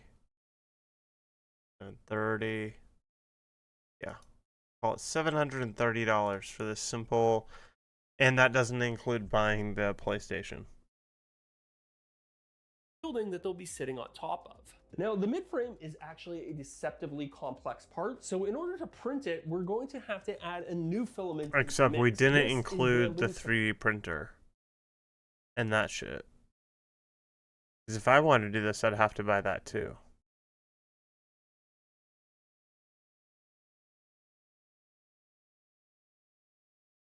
So 2000. I don't even know. So you need 2 of these maybe? I have no idea. So just a cool 2000, maybe 2500 after all is said and done. PlayStation project interface, and it's going to make it really easy to remove all the supports from the floating and cantilevered parts of this print. I'll show you just how well it works in a second, but first we need to address a rather embarrassing mistake that I made earlier. My X-Station isn't actually booting. I tried formatting the SD card, updating the firmware, but I still can't get its initial splash screen. However, it is turning on. So I was rechecking the solder points and pulling out my hair trying to figure out what the problem was when I realized that it's actually really simple. It's this switch right here. This is left over from the old case and simply lets the PlayStation know when the lid is closed so that it can boot from the CD-ROM drive. So I was trying to think of a solution for this when I found out that the good people over at Pixel Effects already thought of this and built a solution into the RetroGem. By connecting 2 points on the motherboard back to the RetroGem, we can actually control the lid's logic circuit in software. The first one is a simple point-to-point connection, but the second one, well, here we actually get a cool insight into how these PCBs work because it requires severing one of the data lines with a sharp knife. Buried just below the surface, there are thin copper traces used for transporting data. It's basically just a flat wire embedded into the wafer. So by cutting it with a knife and then soldering a wire back to the RetroGem, we can actually reroute that signal. And now our X-Station should function correctly. And would you look at that, our midframe is done printing. And now let me show you guys why I love support interface so much. These supports just pop right off. It is very satisfying to do. And while all the PCBs fit great, I realized that again, if I wanted to make the system as thin as I possibly could, I'd have to address a few issues. This first one trips up a lot of people when they're working on electronics projects. And it's just that wires take up way more space than you might initially think. So I set about trimming all of my controller port wires as short as was reasonably possible. This was finicky work and it took me some time to do it, but just look at all the excess wire that I was able to remove. That's a lot of saved space inside a very tight case. Similarly, I also trimmed the pins on the back side of the controller PCB and the ESP32 so that it would sit as low as possible. I'm telling you guys, every single millimeter is going to count on this project. Next, I needed to modify my RE-PSX yet again. Looking at it from this angle, I think it's pretty obvious to see what the problem is. That power switch is by far the tallest thing inside the PlayStation. So after doing some probing with a multimeter, I was pretty confident that I understood how the switch worked, and I set about replacing it with a simple wired switch that I can mount remotely. But when it came to wiring it up, I made a very simple mistake that almost cost me this entire project. Well guys, turns out I was a little overconfident and I nearly destroyed my PlayStation. Well, actually I kind of did. Turns out that switch is actually a double switch controlling 2 separate circuits. So when I wired it up like this, I actually sent way more voltage into one of the lines than it was ever intended to handle. Long story short, I thought I fried this PlayStation, but I ended up saving it by replacing a couple of internal fuses. And the only real casualty was this ESP32 board, but luckily, as you can see, I have a replacement. In the end, I found a much simpler solution, so funny. just bridging those two circuits right there, and then installing the switch a little further upstream. So I'll find a way to integrate this into the case, but first, I actually found another problem. I was saving this for later, but one of the things I want to do is upgrade the cooling on our PlayStation. So I got this 40mm Noctua fan, and I was gonna place it right about here. But just like with the power switch, it ends up being a little bit too tall. So I went in search of a replacement, and what I found was this. This is the replacement fan for an Asus laptop, and at only 8.5 millimeters tall, it should be perfect for this application. It intakes air here and then outputs it here and here. What up, So dog? I think what we can do is integrate it into the top half of the shell, a little something like You this. missed the hot which, dogs, yes, buddy. Is the next thing that we have to design. Hot The dogs trickiest were part of the amazing. top was just finding a way to Fantastic. integrate that fan.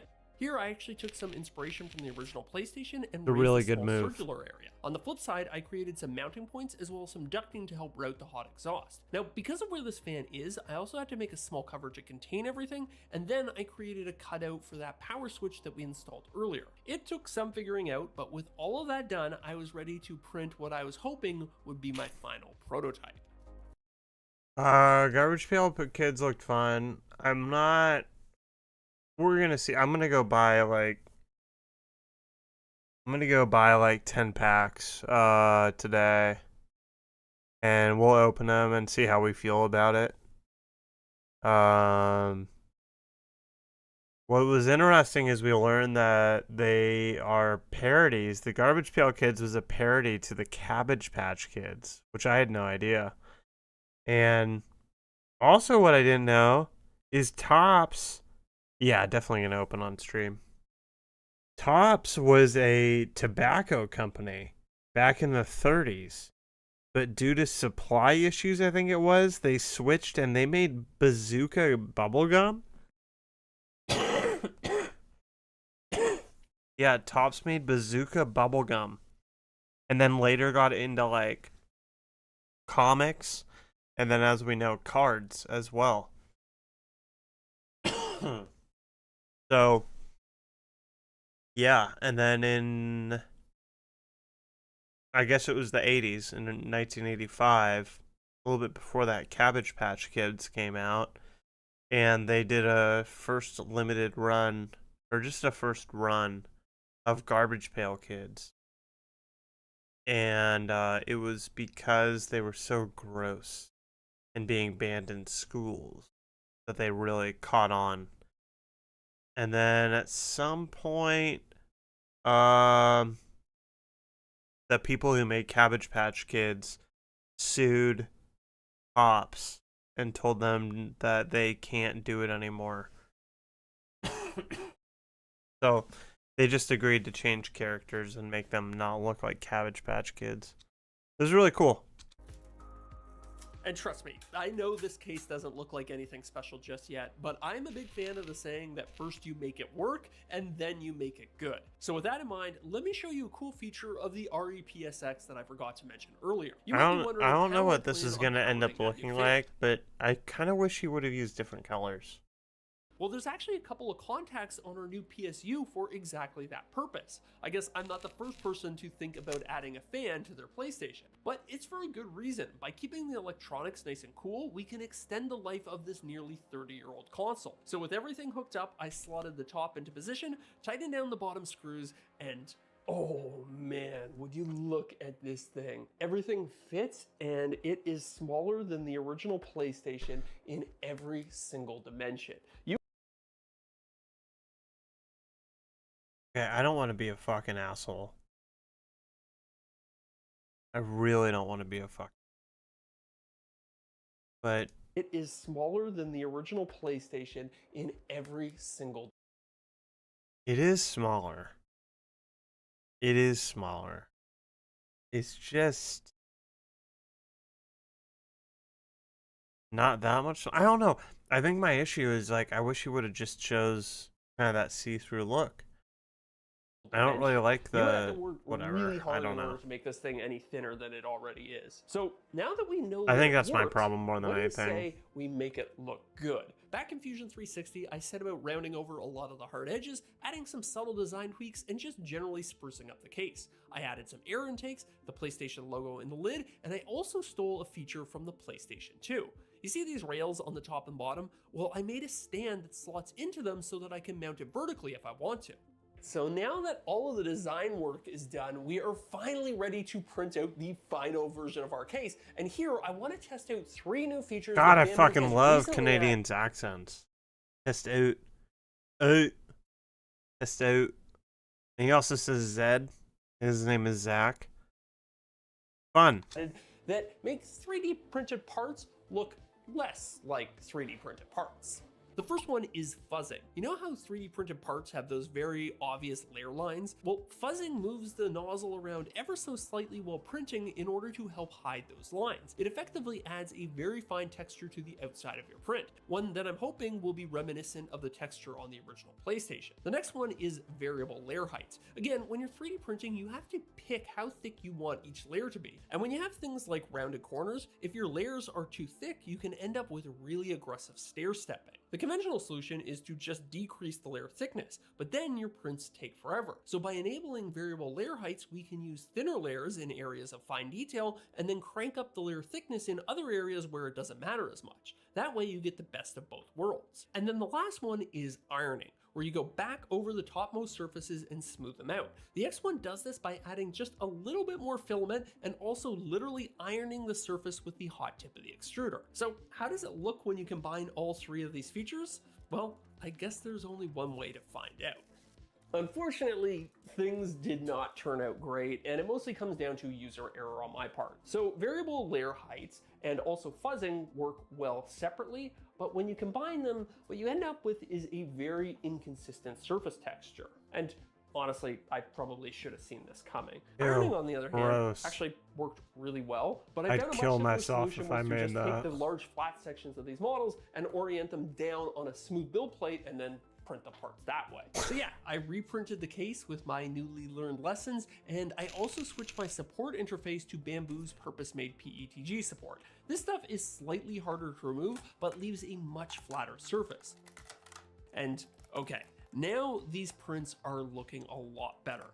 I skipped the fuzzing this time around, and I gotta say, this Rapid PETG prints so nicely at finer layer heights that it almost doesn't even matter. So it did take some tinkering, but eventually I got the case looking the way I wanted it to, and I was finally ready to put it all together and test it out. But first, I did promise you guys that we'd play with some other filaments too, right? So here is the case in a walnut brown PLA, and oh, it's way better. Transparent PETG. Yeah. Actually, I also printed all of the parts and accessories in the various colors too, so that they can be mixed and matched. And honestly, that's kind of one of my favorite things about 3D printing. Once you have the initial design down, you're free to then print the parts in dozens of different materials and hundreds of different colors. So to that end, I'm actually going to make all of these files available for free over on MakerWorld, which is Bambu's community for sharing 3D print files. And that way you guys can mix and match and make your own versions of these cases at home. So I think that's enough talk about the case.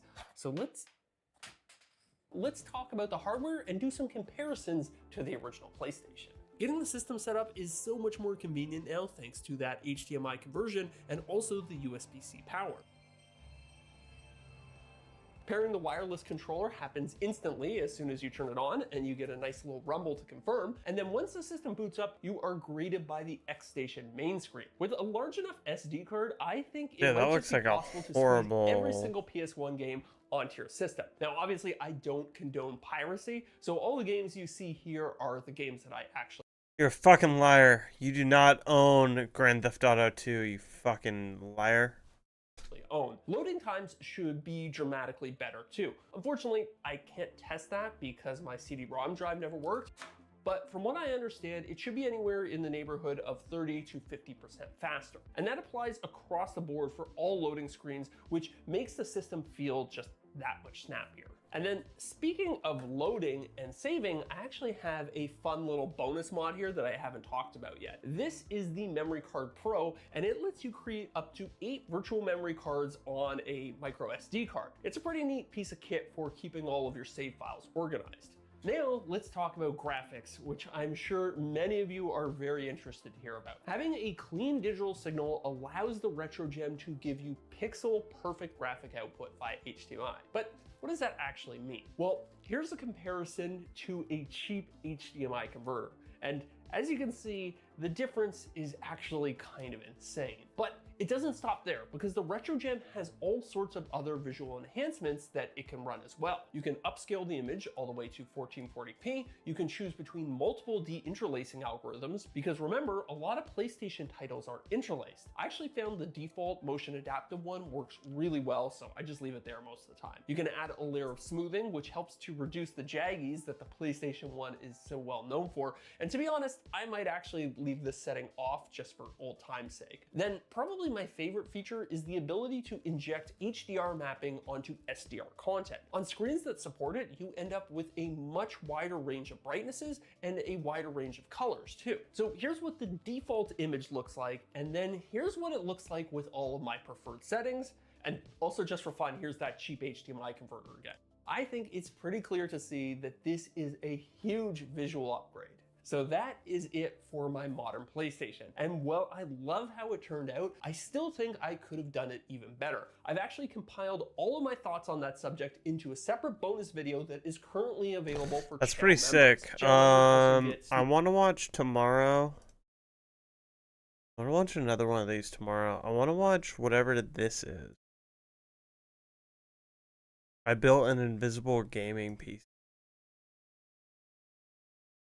Today, really nicely, and reach. So with both of those installed, our cooler should be much. Okay. I want to watch whatever that is. But I'm gonna save that for later. So I have to hop off to play or to go buy some Garbage Pail Kids, but on the Discord I put up. Goddamn. Excuse me. I put up what Pokemon should I play? Red, yellow, or gold? I don't know if I want to play anything other than those. Even gold is kind of pushing it. I kind of almost want to stick with that original 151, but I threw it in there because I did play gold as a kid. So if you're watching, go into the Discord and go vote for one of these. I think I'm going to personally vote for yellow. But if it goes somewhere else, that's totally fine. Totally fine. Just go join the Discord and vote. The Discord link, I'll put in chat, but it's also in the About page. Can you mute? Fuck. Also in the About page right here, that cool old lady. That's definitely not the Queen of England. I probably need to add rules. You guys are toxic and you need old rules.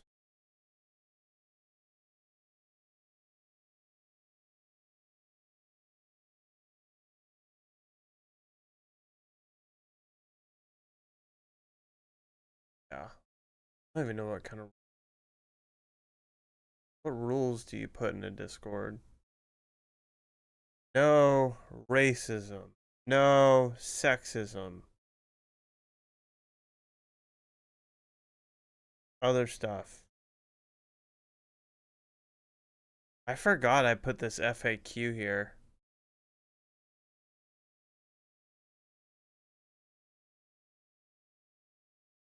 I saw like a few people had FAQs. I'm like, oh, okay.